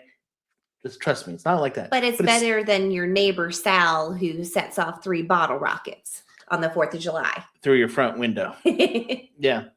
So, things like that. Some other things we do. Myrtle Beach Pelicans games. Oh, that's so much fun. I'm hoping we can go again this year. And what's great is they always have some sort of like special, like they're supporting veterans on one night, or it's a local Boy Scout club, scout whatever group the other night, or like the animal hospital, all of the staff went to it, or like our young adults ministry went there for a game, and hey, tonight we have blah blah blah. But it's an affordable activity that you can go to. It's a lot of fun. It doesn't cost a whole lot to do. I heard they're doing renovations. I haven't been there. They since did. They did. I actually went there for a trade night, or to a card show, sports cards show. And they did it actually in their new training facility out back. It's beautiful. Cool. So, yeah. All right. Oh, I have a question that came in here. Let's answer this one a minute. Sorry, we're going to take a break. We'll take a break from our questions to answer this one. Greg wants to know, is Arcadia community a nice place to live? Are there many things to do in that area? Great question. Is that the one off of Forestbrook Road? That's the one down off of Forestbrook by where the dance studio used to be. Yeah. So first, let's jump over here a minute to our map and talk about this. And where is Arcadia? So basically, if we come down here to the southern end of the beach, down here went too far. Let's get off at the right exit, Jeremy.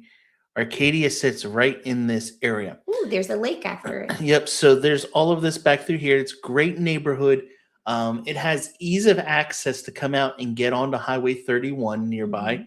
So that's awesome to have. I've sold, by the way, several houses in this development over the years. And so it's a great spot to be.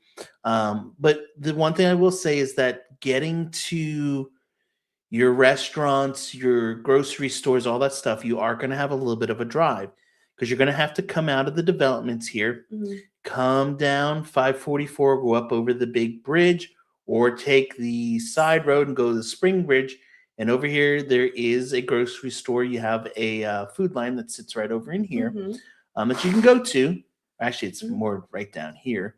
You have a food line, or you have to take 544 and go all the way down here, basically almost to the Surfside area where we have the Walmart. There's a Publix. A Lowe's food down in this area. Aldi's over here, and those types of grocery stores. You do have several restaurants, but they're all going to be basically down here for the most part. There's a couple small local ones through here and over in this area. But it's a great spot where you have ease of access to get around. Getting to the beach, you're about probably 15 to 20 minutes or so. But there's a lot of great options that are in that area. And I did it again. Dang it. There. I would say that's a nice area down there. There's a great high school that's right around the corner. Saco City High School. They have the best school plays. So definitely check that out if you're looking in that area. Also, like you said, Trader Joe's is right down there. That Saybrook area. They are expanding. There's now a cut-through road that takes you up.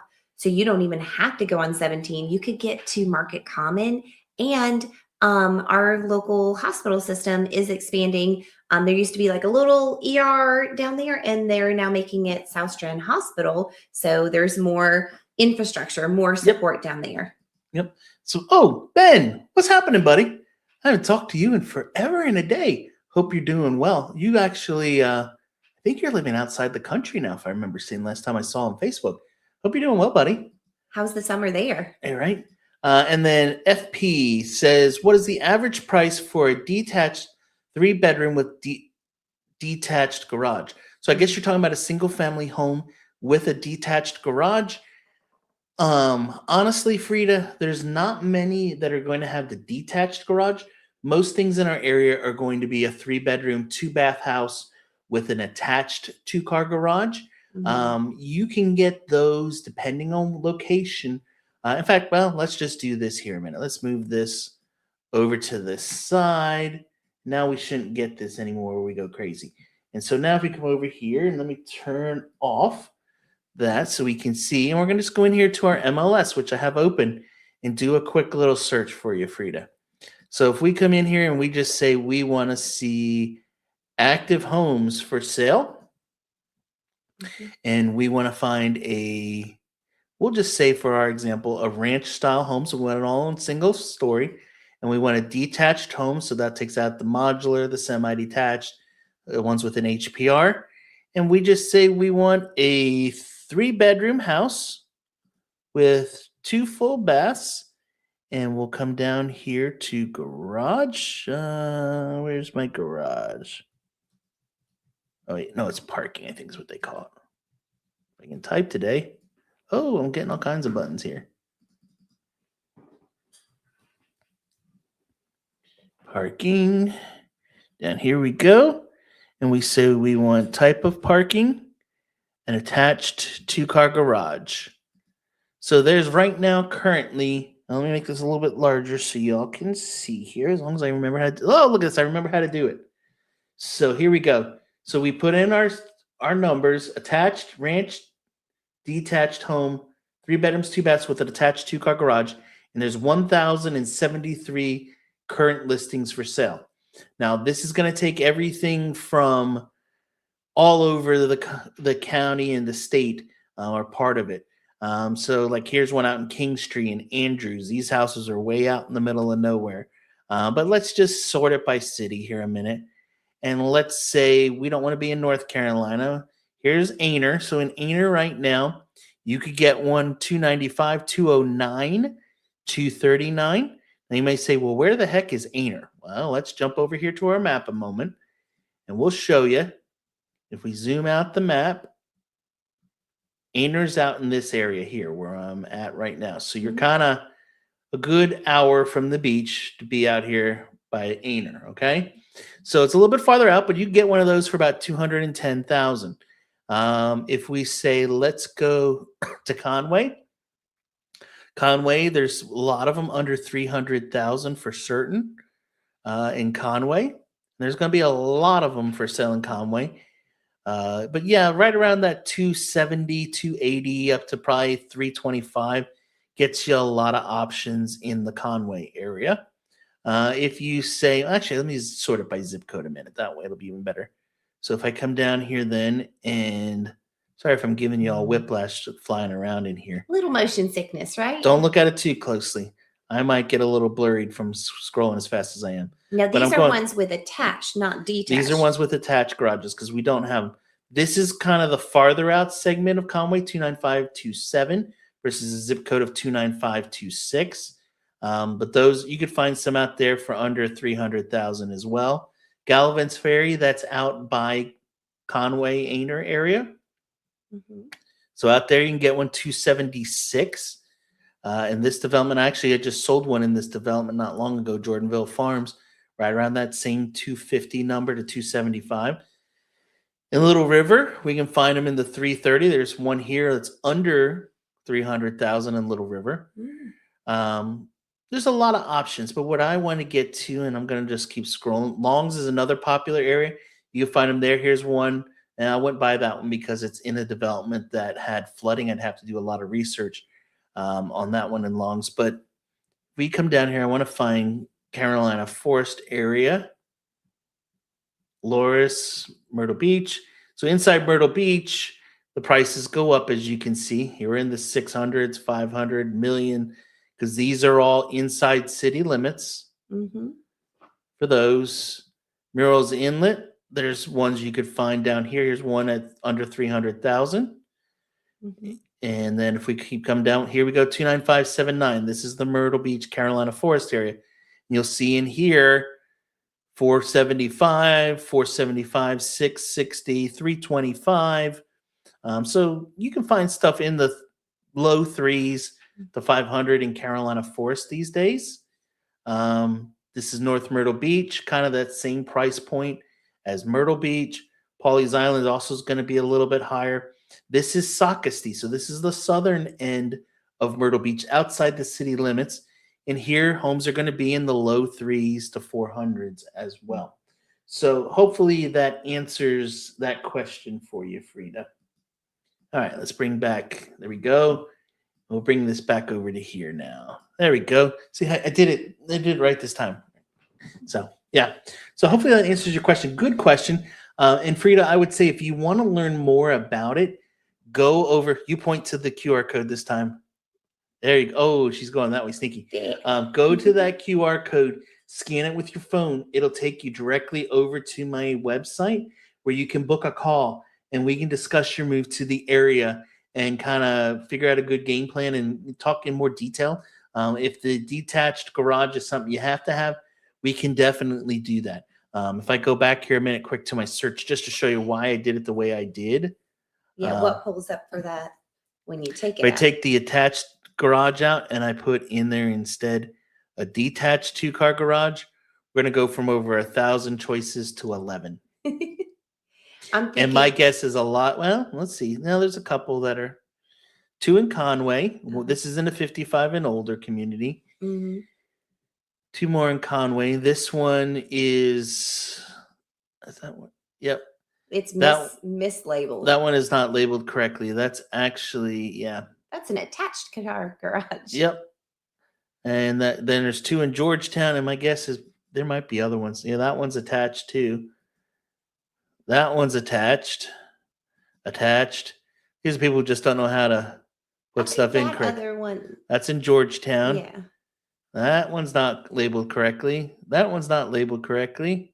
That one is detached, but it's modular, I think. Well, I don't know if it is or not. It says it's stick built, but it does look like the garage is detached from the home. Mm-hmm. But where is this one located? I don't even look. This one's in Loris. So right around 300,000. That one, it's not detached. I know that because I know the development. This is where we used to live. That one, I think. That one might be. So that one's 725. There you go. I don't even see the garage in that It's probably behind the house. And then that. And there might be a couple down of like the $1 million ones on the beach that have a detached garage. But I just realized I wasn't sharing my screen, so none of y'all saw what I was going through. Sorry about that. But honestly, there's not really any there. Most of them are labeled incorrectly. Mm-hmm. But that also brings up the importance of making sure you hire an agent who knows what they're doing when you're buying and selling in our area. I would make sure that my listings were in properly so that we would not have it labeled incorrectly and people aren't looking at it because, it says it's detached and they don't even show up in the search then. So those homes, when somebody does the search and finds the 1,037, 6 or 8 more of those 11 that were marked as detached should be in that list as well. Yeah. So, all right, back to some more questions. And if you guys have some while we're talking, go over to the comment section, type it out, let me know, and we'll answer them along the way. All right. Number 7 on our list. We're at number 7. Yay. We're getting close. Miriam's favorite number. We're getting close to the end. We've passed 6, 7. 6. Sorry, if you have teenagers, you know exactly what I just did. And if your teenagers are watching, they're probably, as my youngest would say, cringe right now. Major cringe. That's okay. We own our age. Yep. So, summer storms. We have in our area storms in the summertime a lot. We talked about this earlier. Mm-hmm. And with that comes some intense weather that comes along.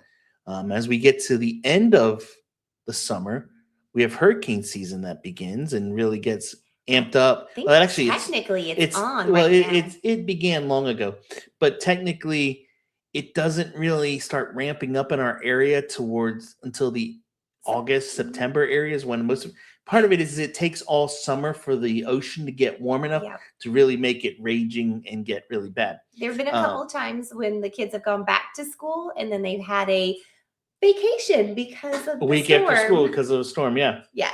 But But during the summer thunderstorms. but with that, one of the things that I would say is that we do have some intense storms. Thunder and lightning is not uncommon. Mhm. In fact, our neighborhood pool, I sent the email to my wife earlier today. The pool pumps got struck by lightning on Friday afternoon or Saturday morning, and the pool had to be shut down because the pumps weren't working. Yeah. And so they had to get parts in to go in and replace everything. But we can see some intense storms. Like I was saying, Mhm. beautiful 85, 90-degree blue skies. You think it's going to be a gorgeous day. And 10 minutes later, it's grayer than gray, dumping tons of water. The building that I'm in for my office has a metal roof, and I'm on the first floor. And there's so many times during the summer where I'm like, is it going to start coming in my air vent above my desk? Because it is that loud banging off the roof that I hear it downstairs. Yeah. It is no joke. So if you've got pets that are sensitive to lightning, you might need to give them a calming coat or something that helps them. But they usually pass pretty quickly. Um, we're fortunate sometimes the storms come at night so they don't interrupt your plans for the day. And one of the things that we don't really have to worry about very often, we don't have tornadoes like a lot of the South have tornado alleys. We don't have tornadoes and all that humidity you're talking about. We don't have to deal with the wildfires and stuff like that Yeah. that a lot more drier climates deal with. The other thing along with that is, with the higher winds in our area and the intense storms and everything, most of the area nowadays has gone to underground utilities. Mhm. So like here in Carolina Forest where we live, we very rarely have power outages. I know visiting your family in Georgia, they do not have underground utilities there. It goes out all the And time. it's out all the time. And because they live out a little bit farther from the city, it could go out to one of the telephone poles that travel, 10 miles down the road, and it knocks out the entire area Yep. for hours, days at times where you have no AC. Yeah, no then you feel the heat of electricity, summertime. no way to charge your phone, no television, no Mhm. way to entertain anyone or do anything.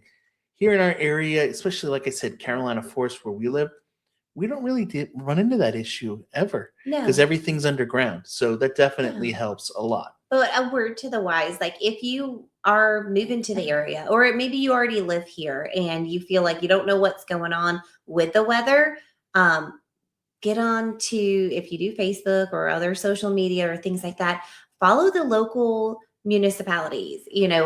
For me, well, in Ed We Trust, Ed Piotrowski is the best weatherman. We have some other really great ones that I'm sure In have Ed, we trained trust. under him. But also, like for me, I follow along on the Horry County Fire Rescue. Those you can see, did the power go out? There was an accident down the road. They said it'll be cleared up in 2 hours or something like that. Follow along with that. When it comes to hurricane season, we make sure we follow the South Carolina weather. It's red dot something that they let you know if there's evacuations. I can't think of the name of it. But those things, be All right. smart. So yes, you actually covered the point that I wanted to get to of in Ed We Trust. Don't pay attention to the Weather Channel, y'all. And if you're planning a trip here to the area or you live in the area, don't turn on the Weather Channel to see it. Go online, go to Ed's Facebook, follow him, follow WBTW, follow WMBF News. Those are the local stations. Mhm. They're not going to get on board with the hype just to get clicks to make more money. If you guys didn't realize this, those weather stations like weather.com and the Weather Channel, they make money by people clicking and watching and getting eyes. So they're going to do whatever they can to sensationalize the story and make it seem like the end is coming just so they can get more people watching. Instead, you follow someone like Ed, who's lived here forever and a day. And what Ed does, is he's not going to hype it up. Now, if something's coming, he's going to tell you. He's going to shoot you Yep. straight, but he's also not going to put fear and panic into you right away. Huge difference. You know, I remember I forget which storm. It might have been Dorian, where they were talking about, you know, oh, there's another wave coming through of wind right now, and the guys are trying to hold on to a light pole or something, you know, to try to hold on. Oh, and he was saying it was so flooded, but he was and literally there were the two kids walking behind him, and they just stopped and were jumping in the background. Hi, you know, and like he's up there on this pole, hold on, like it's 400-mile-an-hour winds. Yep. So anyway, all right, we got some more questions that came in. Awesome. Let's check them out. Chris said, do you foresee South Carolina condos built in the 80s facing the similar HOA insurance issues that Florida condo owners are facing? So far, I have not seen it really being an issue with them getting the insurance. Yes, the rates are a little bit higher, especially on those old concrete and steel buildings, certainly. And then, do you provide your clients HOA financials? I'm not sure what you mean by HOA financials, but here's what we're going to do. Let's move this over here. Maybe just like the cost and of then we're monthly going to dues. go here. And we're going to go, look at that. I did it right this time. You're sharing the screen. I'm getting it. So we're going to go here. We're going to pull up just, well, let's just go here to, well, no, those may not. We'll go over here to a condo complex. And let's go to, I was just looking at this earlier day, so we'll go back there again. We're going to pull up active listings. And we're going to go to one of the communities where I have somebody who's thinking about buying one of these right now. If I can type, maybe it's because I have the microphone in front of the. Well, no, I had actually hit the. There it is, the Palace. So he's thinking about buying the Palace, and so if we go in here and we're just gonna click on this one and we'll check it out. Okay, so that one doesn't have it. This one does. So we'll look at this listing here a minute. One of the things, nope, that one doesn't have it, but we're now in the spot we want to be. Property disclosures. So one of the things I try to find on a listing, and one of the parts that I add into a lot of times, we used to have it as an addendum, but we don't really need to anymore. We have a due diligence segment of the contract where we can get all this information for you. One of the things that I try to do is get you copies of all this stuff within, 24 to 48 hours of going under contract, so that you can review and look at and know, hey, if I'm buying in this building, here's what the rules and regulations state. And you can read through. This one's a 2-page form. That one's pretty simple. But then you might want to also know what are the bylaws for the community. And so that you can look at this and learn, here's what's going on and what the bylaws say about if I were to buy in this unit in this complex. And yes, some of them are pretty old because this was probably, let's see if I can see a date on it of when it was established.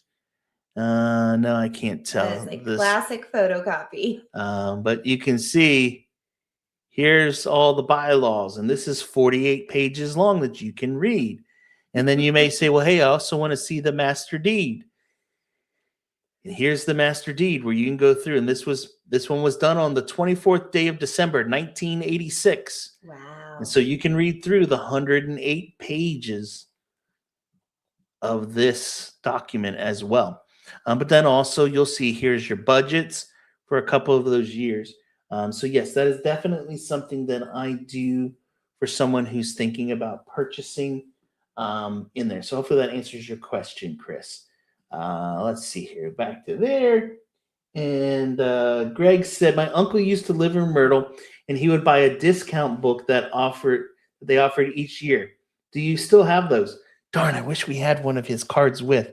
We could have done a free plug for our son. So yes, they still are a lot of discount and coupon books in the area. Mm-hmm. It used to be the old entertainment or attractions book. I don't know what they call it now, but they still have that goes through the area and has coupons. But then like our son, he plays football for the high school of Carolina Forest. They have an actual discount card for the Carolina Forest area that he's actually in the process of selling them right now. It's like $20 for a card. And it has a whole bunch of discounts to different restaurants in the Carolina Forest area. What's nice is it's mainly all local restaurant, family run type restaurants, not big, franchises and things like that. So you're gonna find coupons to Outback and that in it? No. But you're gonna find to like Soli Luna, which is a great Mexican restaurant right here in Myrtle Sneaky Beach. Beagle. Sneaky Beagle will be in there, things like that. Yeah. So yes, those things are still out there. You usually have to purchase those during a certain time of the season, is when those are available. But there are even, here in town, if you go to some of the restaurants, they have little coupon books that are outside in a rack that you can pick up that have coupons to a lot of the touristy stuff. The free ones for Monster coupon book. But Yeah, the Monster coupon. Yeah, That's what it's called. but the ones that probably your uncle purchased, those are great because that also helps support. Usually it's a school or like a sports team that sells that. And so you get a benefit from it. And it's usually like buy one, get one free or 50% off. So if it's a place you're going anyway, why not use a coupon? Yeah, for certain. Awesome, Chris. Glad you liked that and I was able to help you. Hey, if you ever need help with real estate in the area, let me know. Like I said, right there, it's above. She's poking above my head. Literally, in fact, here, use your phone, take a picture of it, show them how easy it is to do. If I can. So you literally do that, and then in a minute, it'll pull up. Right and there. Here, I'll take your phone and show them how to do it. So look, you can go right here. We'll hold it up. Actually, here, let's turn this off. There we go. And you can literally just go right here and scroll up. You can see, and sorry, it's a little hard to read, but you can pick the day. Unfortunately, the rest of this month is already booked up for calls. Because it's almost the end of the month. It's almost the end of the month. But then you can see here's the next month, and you'll see they're kind of have little blue shadows on the days that are available. You can just pick one. So I'm just going to say August 8th. I can pick then the time of the day I want to do a call. So let's say I want to talk to me at 1 o'clock that day. Hit next. And then you just fill in your information right there. It adds it to your calendar. It automatically syncs into my calendar. And we can discuss your move to the area. What questions you might have about, buying a home, single family condos, something like you just asked there a few minutes ago, Chris. Hey, what about HOAs and all that stuff? Whatever you guys have questions about in regards to moving to the area in real estate, please. That's what that's for. It makes life so much easier. I mean, if you want to send me an email, you can. My email address is right there running across the bottom of the screen, info@jeremyblanton.com. I will get back to you. I will do my best to answer it, but sometimes the time it takes to type it out, we could just do a call and make it much easier for everyone. I love that it can be like whenever it's good for them. Yeah. So you can pick when your kids sleep in, afternoon nap or whatever. Exactly. If they have kids. Yeah, if they have kids. Or when you walk the dog in the evening. Yeah. You can chat with Jeremy. Well, there's not many evening times available. I'm kind of busy with the dogs and a cat. You're walking our dogs. Or your mom's dog. Yeah, exactly. All right. Next one. And if you guys have questions, drop them in the comments right now. We're going to go on to the next subject here. You see what that one says? Ooh, creepy crawlies. The bugs in our area. Guys, yes, we have bugs. We do. We have bugs. All right, we're done. Turn it off. No. Guys, listen, we have bugs in the area. There are mosquitoes. They are the bird of South Carolina. They definitely are. They are everywhere down here. Flies. We have tons and tons of flies, especially when we have rain like we've had the last few weeks that showed up in the last week and a half. We are now going to start to see an inundation of flies over the next few weeks. Unfortunately, it's just part of the circle of life. And our dogs love to try to jump and eat them. But all that. Mosquitoes eat us. Also, all that great green grass we have, careful walking barefoot in it. You're going to get ants. And, all of those things are a fact of life in a lot of places, not just here.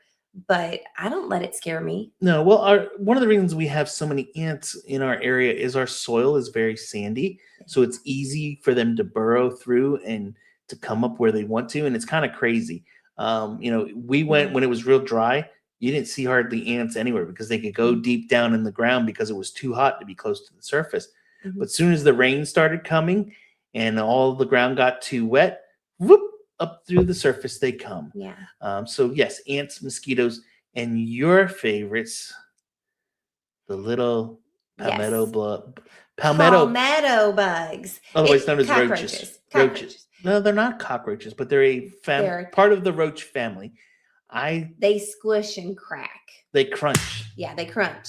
when you step on it. But I mean, really, other than the flies when the kids open the door, we don't have a lot of them in the house. And we're not having someone come out and spray every week to keep them away. They mostly stay outside, but you can spray yourself or you can have someone come and keep them away from your house. Just don't let the kids leave food in the bedrooms and it won't attract bugs into the different parts of the house that you don't want it. And take the trash out. Yeah, and sugar ants, they will show up. I remember when we lived at that house on 48th Avenue, and we didn't have food out or anything, but that house also had a power line that came into the house to the gutter. And the tree branch. And we went and tracked it and found we had thousands of ants in our kitchen one day. And these little teeny tiny sugar ants, we couldn't figure out why. And so they brought the pest control guy comes out and starts looking at it, and he goes outside and follows it and figures out that the ants had come from the pole in the back corner of the house, from the ground, up that pole, across the wire, down onto the pole, into the roof, down the gutter, down across to the window, and into where the sugar was in the pantry, basically. It was insane how we found them. So they will show up at times. But for you, those of you watching right now, do me a favor, leave a comment right now. I want you to tell me, which bug do you dislike the most? Yeah. Please leave a comment. Tell me which one drives you nuts in our area. I know one for your mom. If she was watching, she would say the spiders. Yes. If you live on water, spiders will definitely be there. Was it our house or her house the other day that you killed one that had the mama that had them? Yeah, just keep your shoes on, squish it with your foot. You're good. Yeah. Yeah, she stepped on a spider the other day, and it was a mama spider that had all its little babies on the back, and all of a sudden they went everywhere across. But I kept him out of the house. It was outside. Yeah, it's good. It definitely did. So, all right, let's see. Did we kind of talk? Oh, we talked about the bugs. Yeah. One thing, a lot of people think there's a lot of snakes around here. I mean, I'm sure there are, but we don't have problems with snakes in our yard. In our part of the development, we haven't really had issues. I know in other parts of the county, one of my worker managers, I guess probably the easiest way to put it, she lives down on the southern end. She had somehow an infestation where she had like 7 of them in like a month's time in her backyard, on her back porch. So snakes could be around. I am a fan of a good snake is a dead snake. I know you kind of think differently. I don't care about them. They're not bothering me. I'll step over it. In fact, funny, did you see Ed's post the other day of his backyard or his back porch? His wife was outside. It might have been when you were out of town still. So his wife was out sitting on the back porch having her morning coffee, and her dog was out there. And all of a sudden the dog started going crazy, and there was a snake about 6 foot long laying there on the patio. Yeah. So those things do happen. All right. Let's see here. We talked about a lot of the stuff we didn't like. So I think it's only fair that we now take some time to talk about some of the things we do like about summer here in the area. Do you want to go first or you want me to go first? I'll go first. Okay. For the phase of life that we're in, we've got kids. I like the summertime. The schedule slows down and you can do what you want.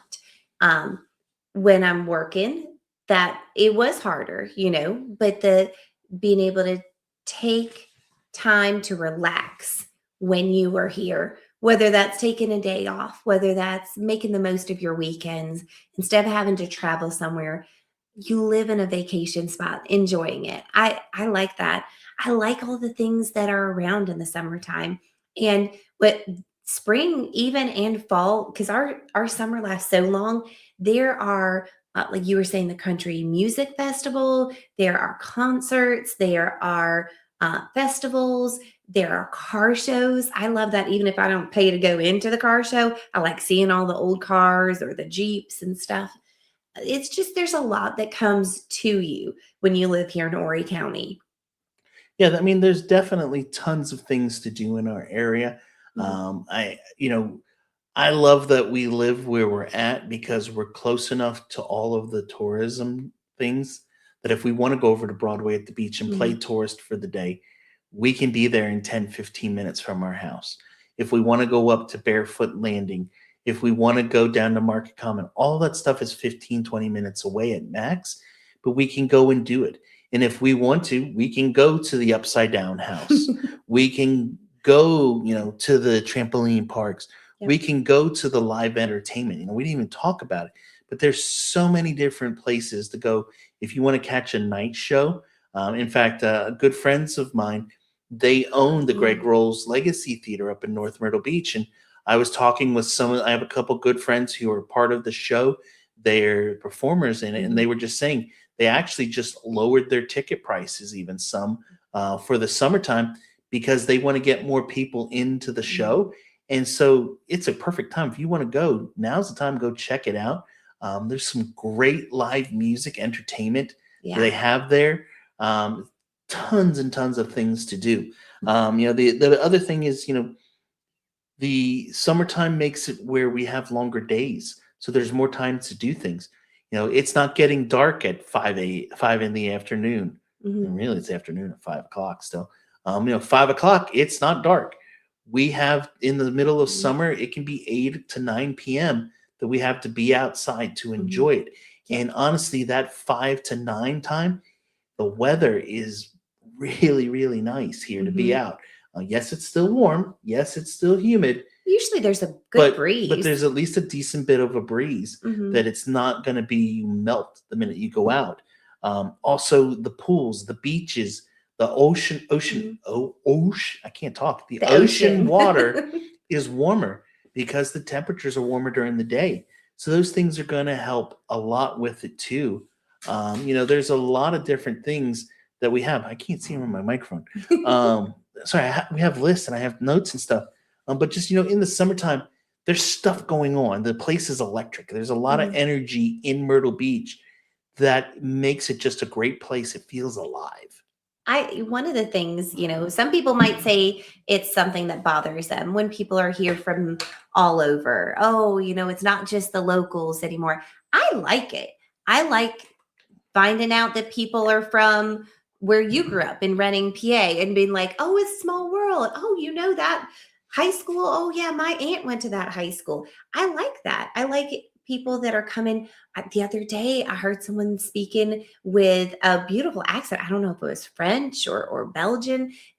I love that there's a lot of people that whether they're moving to the area or traveling for vacation, I like that melting pot that you get to meet a lot of different people and there's always something, whatever your thing is, there's a community here for that. Yeah, for certain. So, guys, we've been going close to 2 hours now. I know time flies when you're having fun, but we're going to be wrapping up here probably in the next 10 minutes or so. So, if you have questions, now's the time to start asking them. Because if we don't have any questions by the time we get through the last half a page here of stuff, we'll probably call it a night at that point because Mhm. I'm hungry. I haven't had dinner yet. I don't know. Did you eat dinner yet? Not yet. Good. We're gonna go eat dinner then after this. We're gonna go. We're going on a date. Awesome. So, all right, let's talk about this one. We'll use one of those coupons from the coupon card. There you go. So rapid fire answers. Here are things that we really dislike.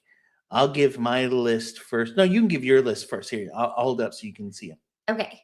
So it's things that we hate during the summer Yeah, or just things that we hate that during the summertime. Yeah, this one was about the grocery stores. oh, yeah. Mm, be choosy about what grocery store you go to and what day.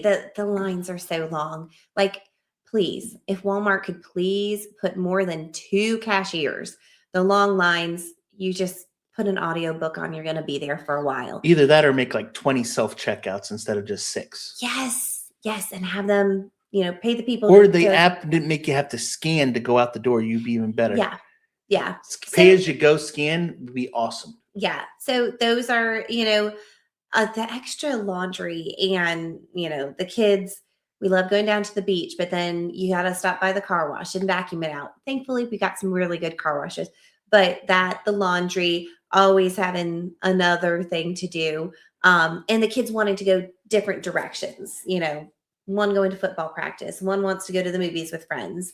Um, the mosquitoes, and sometimes when you're out for a while, horse flies.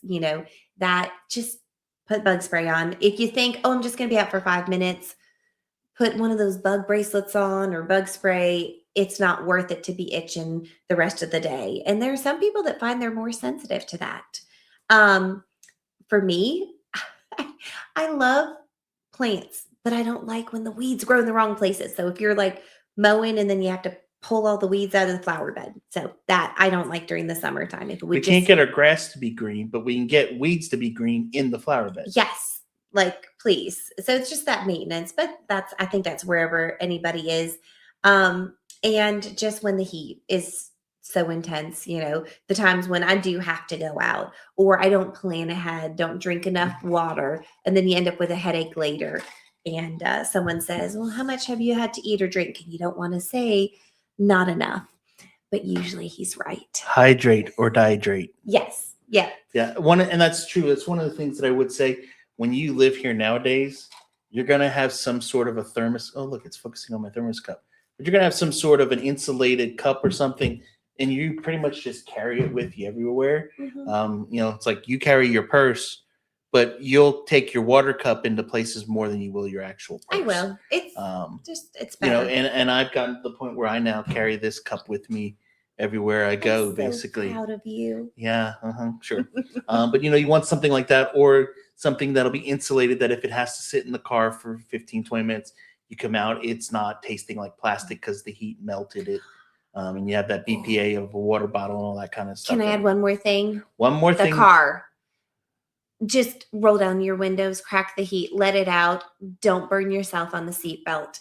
Get one of those old pop-up screen things that keeps the heat reflectors. Yeah, the reflectors out of the front of your. When it's May to September, I use that when I'm going to be inside anywhere during the middle of the day. Or find a vehicle that has an auto start function that you can turn on. Or like my new vehicle, I can actually schedule it now. So like if I know I'm going to be coming out of church at 12 o'clock or 1 o'clock, I can schedule it to come on at 10 minutes before that. And when I get in the car, it's not 1,000,000 degrees. Yeah. So careful though, cracking the windows, because those summer storms do pop up quick. And then you have a flooded car. The seat's wet. And yeah. Why does it smell musty in here? Yeah. So for me, my things that I would say, number one, 501 traffic. Number two, humidity.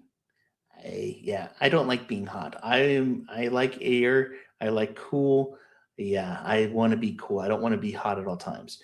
The other big thing for me, waiting at restaurants. I'm not going to go eat. One of our favorite places to eat at the beach is Carolina Roadhouse. And during the summer, we're not going there because it's an 1.5 to 2.5 hour wait. Now, luckily, they now offer reservations. I don't know if they do. I think they do during the summer even as well. But they have reservations. We can make a reservation and get in and get a table fairly quick. But we're not going to the tourist hotspots. We're not going to go wait 90 minutes, 2 hours to eat subpar food with below average service. We went last night to Outback, and it's the first time we've been to Outback Steakhouse in probably 18, 20 months at least, probably. It's been a while. Because we don't, first of all, it's a franchise. So it's like, it's okay. The only reason we went, we had a gift card. But, we're not going to those types of places. Instead, we're going to, like I said earlier, Flaming Fin, Sneaky Beagle, Tavern in the Forest, local hotspots on the west side of the waterways. Yes, Handley's. Fantastic food, better pricing, and phenomenal service. Yep. You're going to go to these places when they go in the door. People are like, hey, Jeremy, how you doing? Now, I get that a lot because people recognize me from my videos. Yes. In fact, what was her name yesterday? Maria? Maria. Yeah. Maria, hey, if you're watching or your husband's watching, I met Maria yesterday. She took a picture with me. Hope you're doing well. Yep. But you go to these local spots, people are going to realize you're not tourists. They're going to take good care of you because they know you're coming in during the winter Mm-hmm. and taking care of them. Yep. And my last one, tourists that just stop in traffic because they don't know where they're at. And so they just, the speed limit's 45 and they're going 10 miles an hour. It's like, really? Mm-hmm. You're going to cause a major wreck. Or they're doing the tourist left and crossing across 3 lanes, like I said earlier. Or they're looking at their phone to try to figure out where they're supposed to go. Mm-hmm. Yeah, I'll do us all a favor. Just pull off to the side of the road. Pull into a parking lot, not in the middle of traffic. Figure it out, get your game plan, and then get back into traffic. Mm-hmm. Mm-hmm. All us locals will say amen and thank you. Yes, yes. So, all right. Here's a couple fun true or false, and we'll do these to kind of wrap this up. While we're doing this, we're also going to do that too, the his or her section. We'll talk about that. But while we're doing that, let's see here. How about a question for the chat? Do you guys think bigger issue in our area is tourism or traffic? Mm-hmm. Put that in the comments for us. Love to know. All right. Myth versus reality. True or false time. Okay. All right. The beach is always packed. False. Yep. I would agree. False. Mm-hmm. There are times where it could be packed, but if you go in the morning, it's not that bad. Mm-hmm. Traffic lasts all day. Nope. No. Even in where we live in some of the more congested parts of Carolina Forest, there, other than basically that 4:30 to 5:30 range, or 8 in the morning to 9, I go right through. Yeah. It really doesn't stop and get stuck or backed up. Yeah. It will do during those times of the day, but I normally don't schedule appointments before 10 a.m., so I don't ever have to deal with it. My clients don't ever have to deal with it to come through. And usually if I'm working, I'm usually leaving before 4:30, or I'm working till later, like tonight, and leaving after it's over. So I don't really ever get affected by that traffic. And it never is completely stopped, unless it's an emergency, let the ambulance get through. It's never completely stopped.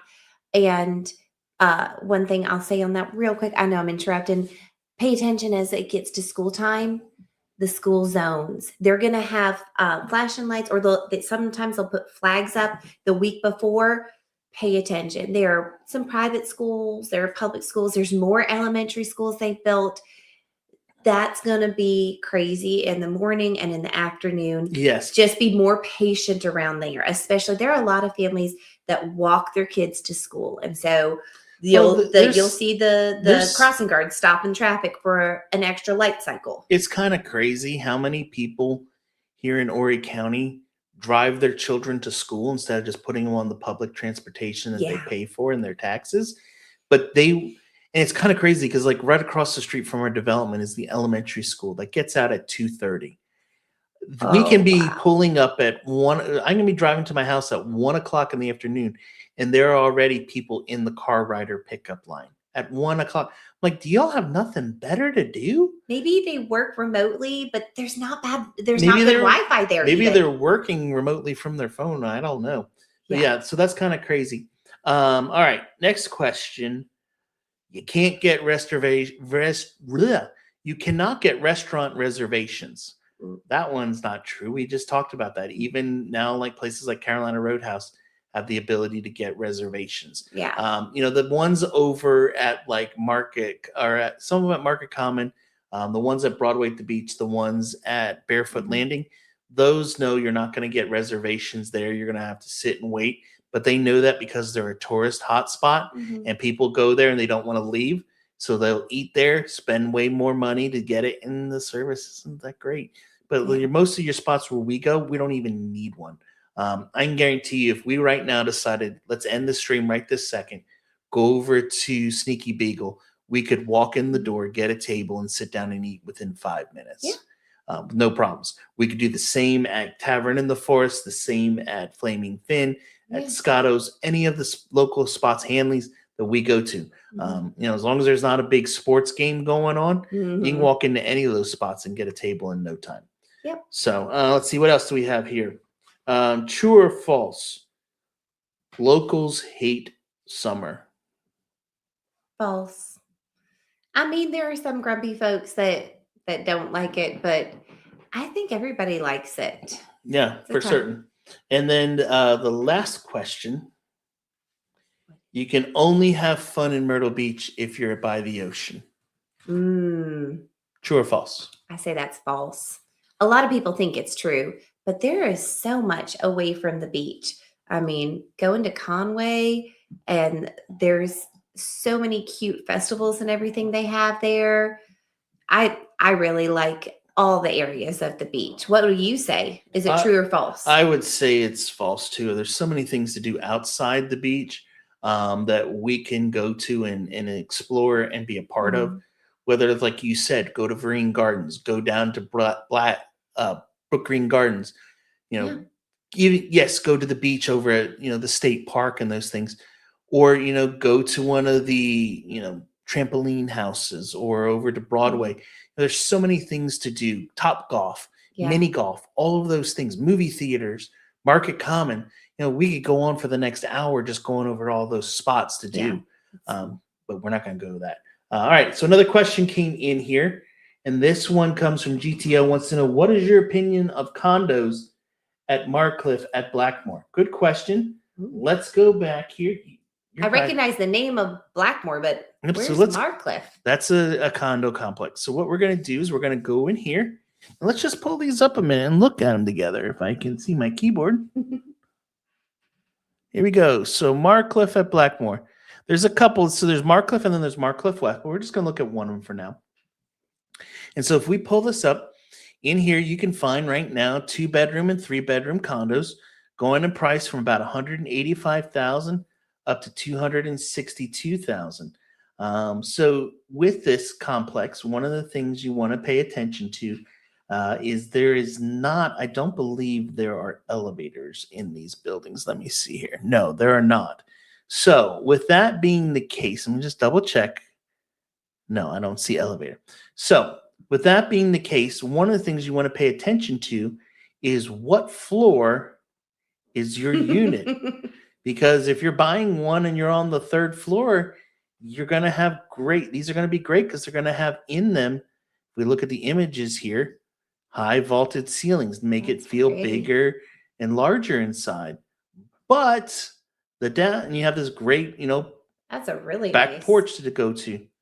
But the downside is that every time you come home, you're climbing up all of these steps to get to your unit. You definitely So, close your exercise circle every day. yeah, right. So where this can be a little fun is, you're trying to bring home the groceries, and you would never do this, I know, but you would, Horrible. right? You would take all 27 bags and put them on your arms and come in where you'd have bruises from trying to carry everything at once. But you Hopefully. carry everything up the stairs, you get all of them in and make it with all that stuff. Mhm. And guess what? You just realize, what did you leave down in the car? Your cell phone. Yep. So guess what you're doing? Back down all the steps, back down to the car to get it, and then back up all the steps again to go back up. So just something to kind of keep in mind with that. This is a great little area. Blackmore is a beautiful community. There's the Blackmore Golf Course down there. The one thing I will say, and I mention this all the time when I talk about golf courses, is this: just because the golf course is there now doesn't mean it'll be there in the future. Many golf courses in our area have been shut down over the years, and housing developments have been put in. River Oaks is a prime example of that. Speaking to a client earlier today, he said, Jeremy, he said, these people only bought this place less than 2 years ago. Why are they selling it? I was like, well, 2 years ago when they bought it, River Oaks Golf Course was a thriving golf community with beautiful golf course views and fairways and all that stuff. Now it's shut down. The golf course has overgrown. It has about 5 to 6 foot weeds on it. Part of it has already been cleared out and changed over to be developed into communities. Houses are already being built there. Mhm. They're being framed up and started. And so your beautiful golf course view of the fairway that you used to have is now a view of somebody's backyard. Mhm. So that's just something to always keep in mind when it comes to condos. But it's a great thing. Marcliffe is a great area if you like being down towards the southern end. There's some really nice units in there. Like I said, right now, going back here to the list, there are right now for sale 2 bedrooms starting at 185 up to one at 262. To give you an idea, the 2 bedroom units right now, square footage wise, heated is 1,223 heated square feet. And on a 2 bedroom, your monthly HOA fee is $454. If you have a 3 bedroom unit, these are going to be a little bit larger, about 1,430 heated, and your HOA is a little bit higher, 482 on that one. Let's just double check another one. Sometimes it looks like the 3 bedrooms are 482 per month for the homeowners association there. Is that down by the TPC Boulevard and like that new Publix and This everything is down there? it's if you go down 707. Well, here, let me show you in the map. Yeah, Let's go over here to the map a minute. So if we go over here to 707, I'm thinking that's and close to where- basically right about here, I think this is right here where the turn takes place on it. okay. Right back in here is where Marcliffe and Blackmore. Yeah. Well, down just the road a little bit from there, there's that Publix. Yep, and the there's a Lowe's Lowe's food down here. Foods and- You keep going down. Yep, there's Yeah. all of that stuff down in this area as well to go to. I think there's a new coffee shop down there. I drove Yep, past. there definitely are. So, it's a great area. If you want to learn more about a GTO, what I would suggest, let me go back to full screen so you can do it again.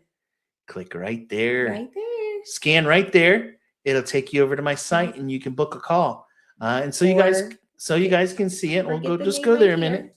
If I can type. I can't even type my own last name these days. But if you go, need food. That's what it is. it might be that. So if you come over here you'll see it's real simple and easy. Right here, you can come in, you can pick. If you wanted to book a call, I do have some time even tomorrow yet. You come in here, you say, I want to talk to you at 11:30, Jeremy. You fill in your name, your email, a phone number. You're looking to buy, looking to sell, or both of them, when you're wanting to do it, and then give me a little bit of stuff, and it will immediately put it onto my calendar, and I will call you at that time. We'll discuss moving to the beach. So, Okay. all right, let's see. What other questions do we have here? I turned the wrong page. Every road's always jammed. No, that's not the case. I think we talked about that a little bit. We talked about the locals not hating it. I think, here we go. Time for a rapid fire his or her section. I'm going to ask you these questions, and you need to give it just first one that comes to mind. Okay. What is the best beach? The Golden Mile, right at 46th Avenue, is my favorite. Who has the best seafood? Ooh, I see Captain's House. Okay. Favorite ice cream? Get a big Publix. No, I like Brewster's. It's good. Okay. Oh, Ocean Bay Creamery. There you Ocean go. Bay Creamery. It's There a local you one. go. Yes. Yeah. Best hidden gem? Ooh, best hidden gem? Oh, the art museum that's down on the south end of Myrtle Beach. It's a Chapin. It's Chapin Library. Chapin something. It's like her married name. But it's beautiful. It's right on the beach. Right, if you are from, if you knew Myrtle Beach before, it's the Spring May Pier. That's not called that anymore. But it's free. They take donations, but they have local artists that they do upstairs, and then they have like touring art that's downstairs, and they have like a little cafe area. You can do puzzles and all. It's a lot of fun, and it's something you can do when it's raining. They aren't open like evenings, or I don't think they're open Sundays, but they are open Saturdays. Is that what it's called? Yes, Franklin G. Burroughs Simeon Chapin Art Museum. That's it. Yep. And it's lovely. Here, I'll show you on the map quick. And they do have an elevator. So if those stairs intimidate you, there's an elevator. You just go downstairs. Ooh, there you go. Yeah. So that's what it looks like. And that's where it's located. So you guys can go check it out. The kids and I have loved going there. It's completely free. Yeah. They had a Lego display one that came through a couple years ago. It was amazing. Yep. So. All right. Sorry. It's all good. What's your hidden gem? We're gonna go through mine then. Most overrated attraction. Oh, Most overrated attraction. The boats at Broadway at the beach. The Yeah. speedboat The things? speedboat things. They're fun to watch, but I don't want to pay money to go on those. Okay, Yeah. I got a better one. You do. Might be better than best place to escape the tourists. Um, best place to I don't usually try and escape the tourists. I would say just, I love going to the Lewis Bay Preserve. Okay. That you won't have any tourists there and you get to see a lot of natural wildlife. Best sunrise spot. Ooh, on the beach. It's beautiful in the Okay. Golden Mile. Okay. Favorite season besides summer. I love spring. It's so beautiful and it lasts such a long time here. Yeah. Yeah. All right. That's my turn to answer these. Should I ask him to? Oh, if you want to, you can. Go ahead. Okay. So, what's your best beach? Golden Mile. All right. What is your favorite seafood place?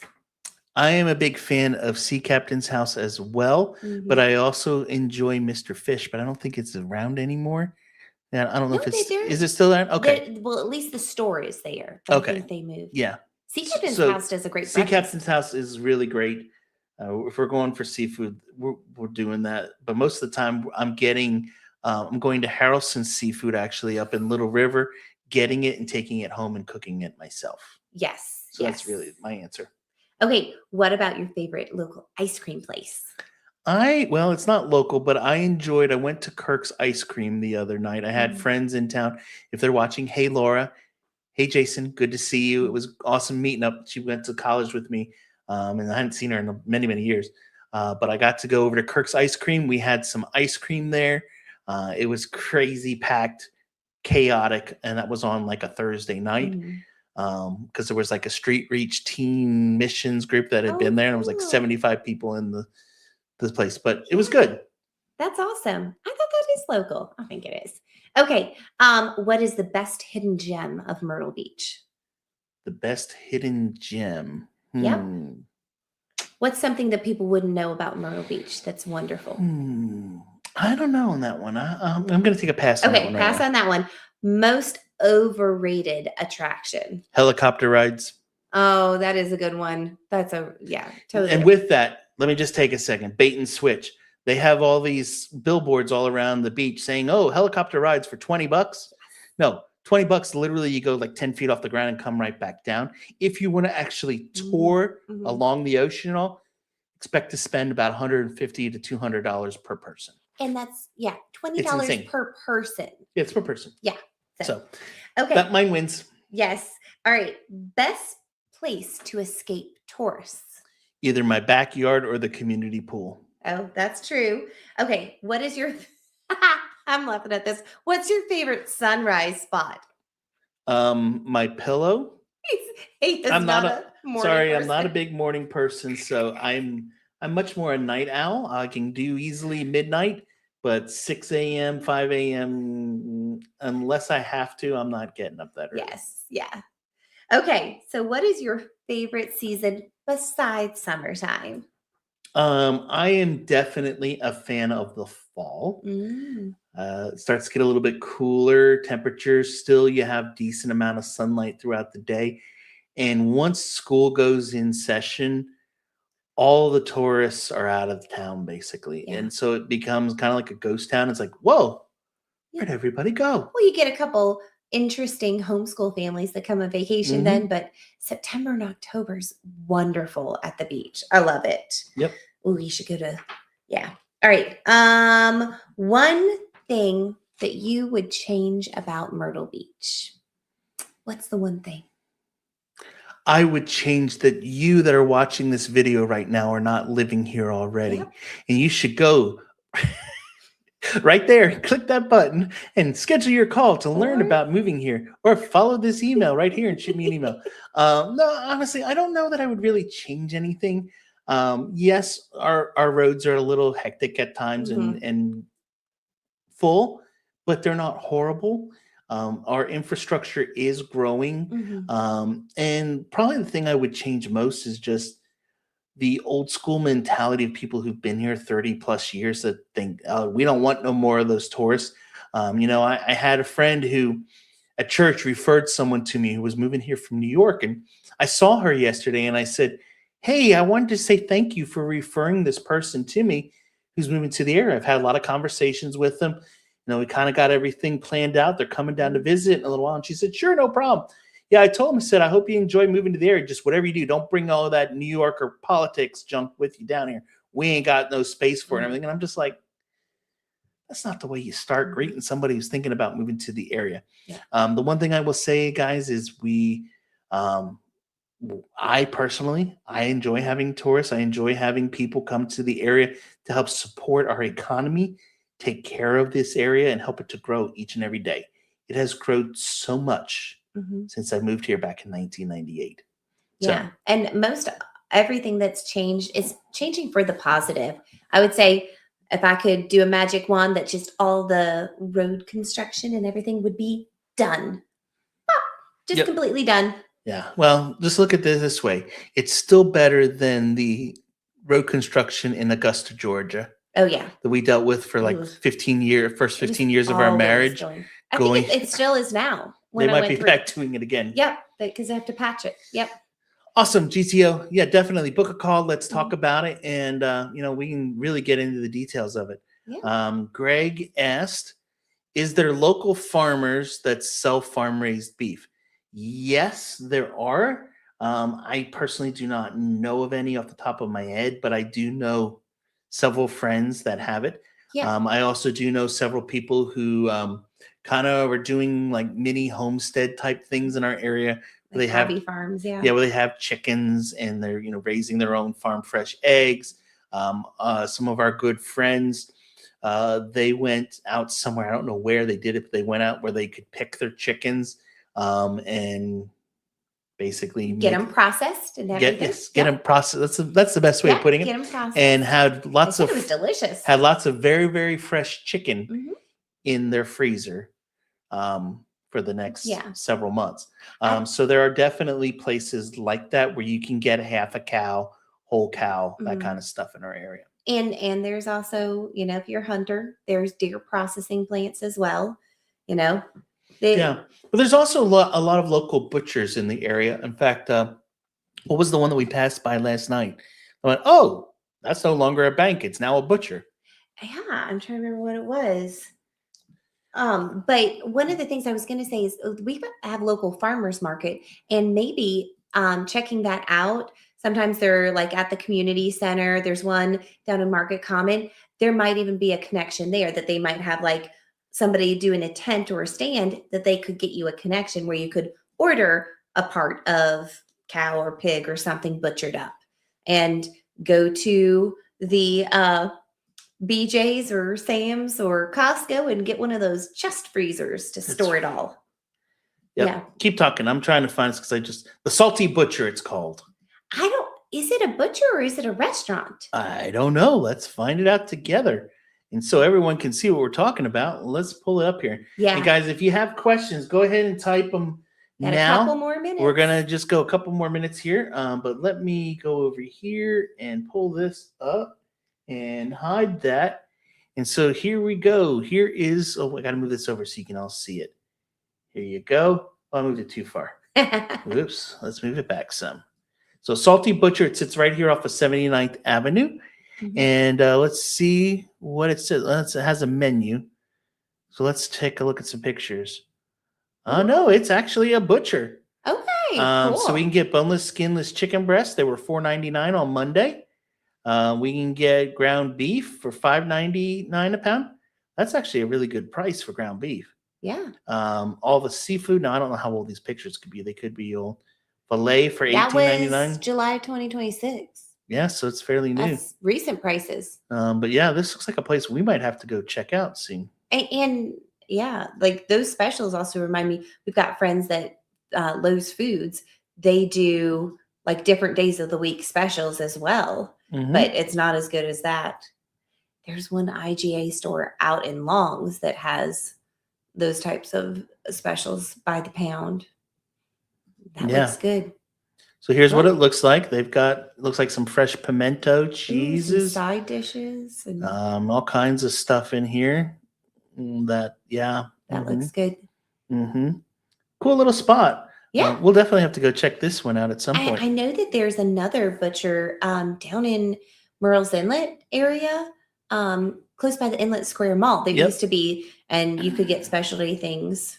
And there are some ones that do like challah and other specialty for what you might have dietary restrictions for. Yep. So there's all kinds of good stuff. It looks like you can get kielbasa, all kinds of good stuff. So yeah, there's a I'll take lot of that. those. Let's see here. All right, so we have some other questions that came in. Mhm. Great show. You guys make a great team. Thank you, GTO. And then Mississippi said, I hope you do more live streams.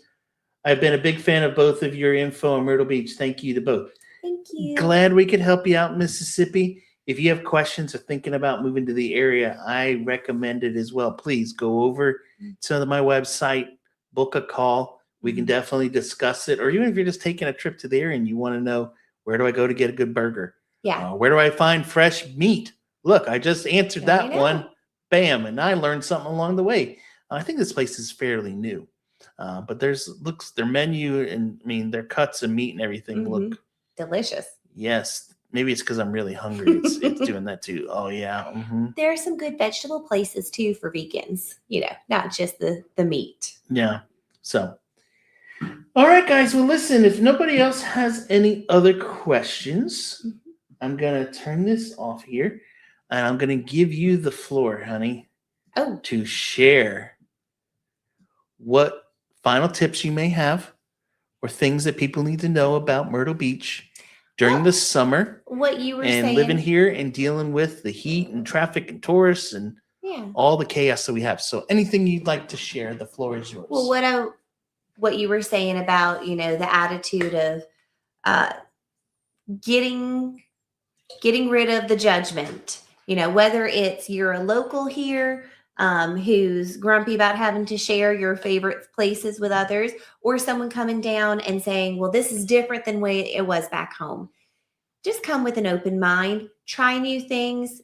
It doesn't always have to be your favorite. If you don't like the way something's done, you can get involved. There's always ways to better it and be part of the community. Don't just think that Myrtle Beach is what you saw from your hotel room when you came on vacation 30 years ago. There's a lot more out there. Get as involved as you want to. Get connected with local libraries and groups and stuff. We have great university sports and stuff out in Conway. It's great. There's just a lot there that people might not realize. And you were saying like the butcher, there's places if you want property, there's places in Aner and Longs and all those. Jeremy can help you find them. I don't know where it is, but if you want to have chickens, we can find a place for chickens. Yeah. And I would say, guys, as I'm wrapping up tonight, we didn't really talk a lot about real estate this evening. We talked a little bit here or there about it. To give you all, just as we're closing out, let me do it, because if not, I wouldn't be a good person. Let me go back here a minute and click on this button. Oops, I had it. I almost had it right. All right, so let me go back here a minute over to our MLS, and let's just kind of take a minute as we're ending out tonight to kind of talk about this. How is the market here in Myrtle Beach? What's going on with it these days? And so first off, the one I always like to look at first is our month supply. As I've shared many times, Lawrence Yoon, who is the chief economist for the National Association of Realtors, says that anything over 6 months of inventory is basically a balanced market at 6. Anything over it's a buyer's market. Anything under it is a seller's market. So if we go and we look at this and we go back to 10 years, so we can see here's where COVID was and how things went. And back then, we're literally really similar to what we had COVID months. We were 5.4 months. We actually are exactly the same with inventory. The big thing that we need to look at is if we were to break this, because this right now is showing all types of properties, single family, condo townhouses, manufactured modular. So if we look though at the condo townhouse market of inventory, it's very different. You can see we have a lot more condos that are out there right now. Why is that? Homeowners association fees are through the roof because the cost of older buildings with insurance has gone up dramatically. Mhm. And so they are not as quick to sell. We also have thousands and thousands of condos on the ocean that people are using as second homes, as investment properties, rental income.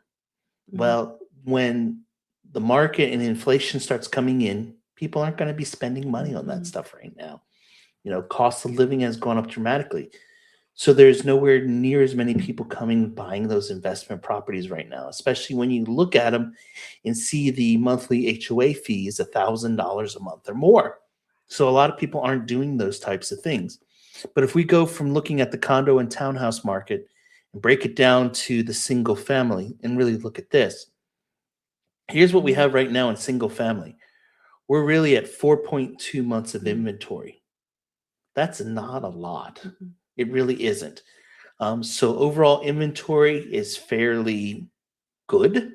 The one nice thing is with it being at 4 months, there's options at least now, but you can't take weeks at a time to think about it because while you're thinking about it, somebody else is going to come and buy it. Mhm. When you look at the MLS and you see things that are 2, 3 months on the market, people ask me all the time, well, why is it that way?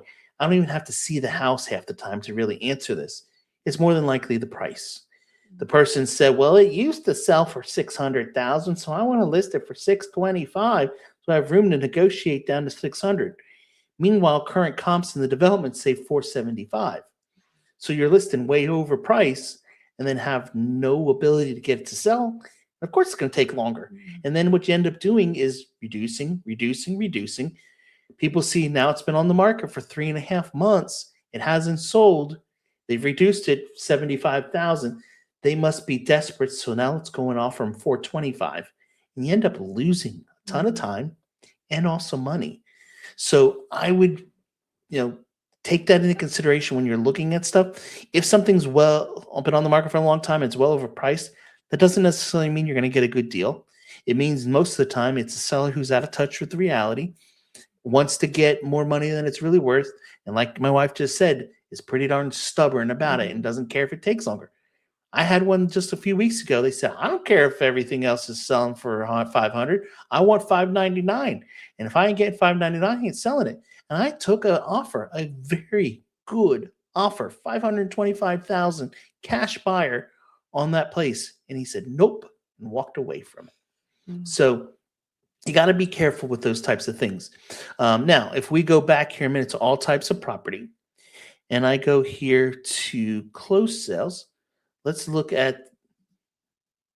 Woo-hoo. Yeah, this one's kind of crazy how it goes. But if we look at it right now, we're on an upward swing again. We're up to Yeah. 1,750. No, we're not like we were back here in 2022, or in 2021 when things were chaos. But 1,750, the last time we were at 1,750 homes was in June of 2022. So what does this mean? Houses are closing, people are moving to the area. The real estate market is fairly strong. So you Mhm. guys want to pay attention to that. I'll look at this one, but really, guys, days on the market don't really make much of a difference. Mhm. What you see when you see with these higher numbers, that's because builders put the houses in when they just are breaking ground. It takes Mhm. 120 days to build the house. So those are the ones that are going to make that days on market much longer. Mhm. And then the other thing that you want to probably see, let's look here at this, which is homes for sale. Right now, there are basically 7,070, almost 7,800 homes in our MLS. There's a lot. Wow. Yeah, a lot of them. And the other one that's kind of important to look at is this, the percentage of list price properties are selling for. Here's back during COVID. Look at it, it was 100%. Boom, never changed. But right now, things are still selling for about 97 to Mhm. 98% of list price. So when you're coming in, I talked to a gentleman earlier today. Hey, I saw a condo that was listed at 180. You think I can get it for 160? No, when you look at the percentage of what it was from list to sold, we're still at about 98%. So most things are going to be going for close to it when they're listed properly. Mhm. So Anyway, hope that gives you everyone a little bit of information about what's going on in our area. Oh, we should look at this one too. Price. That one's pretty telling, isn't it? The average. This is what am I on? My median I'm on right now, I think, or average. Median sales price. So the median sales price right now for everything in our MLS, this is condos, townhouses, manufactured modular homes, is 325,000. If we drop that down to single family, it goes up to 369,000. And then, like I said, this is the whole MLS. If I start to break it down, let's go look at 295. I can't type. 79. Here's Carolina Forest. In Carolina Forest, the average price is 438,000. Why? Because there's a lot of things in our area that are 500,000 plus, that are bigger homes. You know, you can find in Carolina Forest the 5-bedroom, 3.5 bath house with over 3,000 square feet, the 2-car garage. But those homes are going to be 500 to 520 to get these days. So, you know, there's a lot that goes into it. So hopefully, I'll be interested to see those new ones going for 300,000 off of River Oaks. Oh yeah, that's gonna be littles. Well, no, we'll see. The thing that you don't realize is it says on the signs starting. So the starting in the 300s means it's starting at 399, but then you put the lot premium on, and if you want to have cabinet doors in your kitchen, it's or going to go. gutters. Well, gutters is a whole different story. But if you want to have doors on your cabinets, and you want to have, you know, something more than just the roll down vinyl flooring, you're really going to be more 450 to 475. So, which is right at what you were saying, the median prices. Yep. So, all right, let's see here. Mississippi said thank you to both of you. Thanks again for joining. Thanks for commenting, communicating with us tonight. And she said it gets in the middle 80s to high 80s. It's hot in Vermont. Yeah. Thank you. Yeah, it gets 80s is hot. Well, down here it's a little bit more, but we have air conditioning to make it very comfortable. So, yes. Anyway, guys, wow, we went 2 hours and 40 minutes. And thank you all for hanging out with us. That's a long time that we talked. I talked a lot, and you talked a lot. We talked a lot together. It's amazing when we're not interrupted by one of our or multiple of our 3 kids asking us something. Yeah, they haven't called or texted or so-and-so's touching this or doing that or watching this or eating that. You know, all that fun stuff. Anyway, guys, thank you so much for joining us tonight. Like I said, if you have questions about moving to the area, scan that code, go down below to jeremyblanton.com, shoot me an email to info@jeremyblanton.com, and book a call so we can discuss your move to the area. And as always, thanks for watching. If you enjoyed the comment tonight, as always, give it a thumbs up, get the bell on, and subscribe so you know when we go live again. And we will catch you all in the next one. Bye. See ya.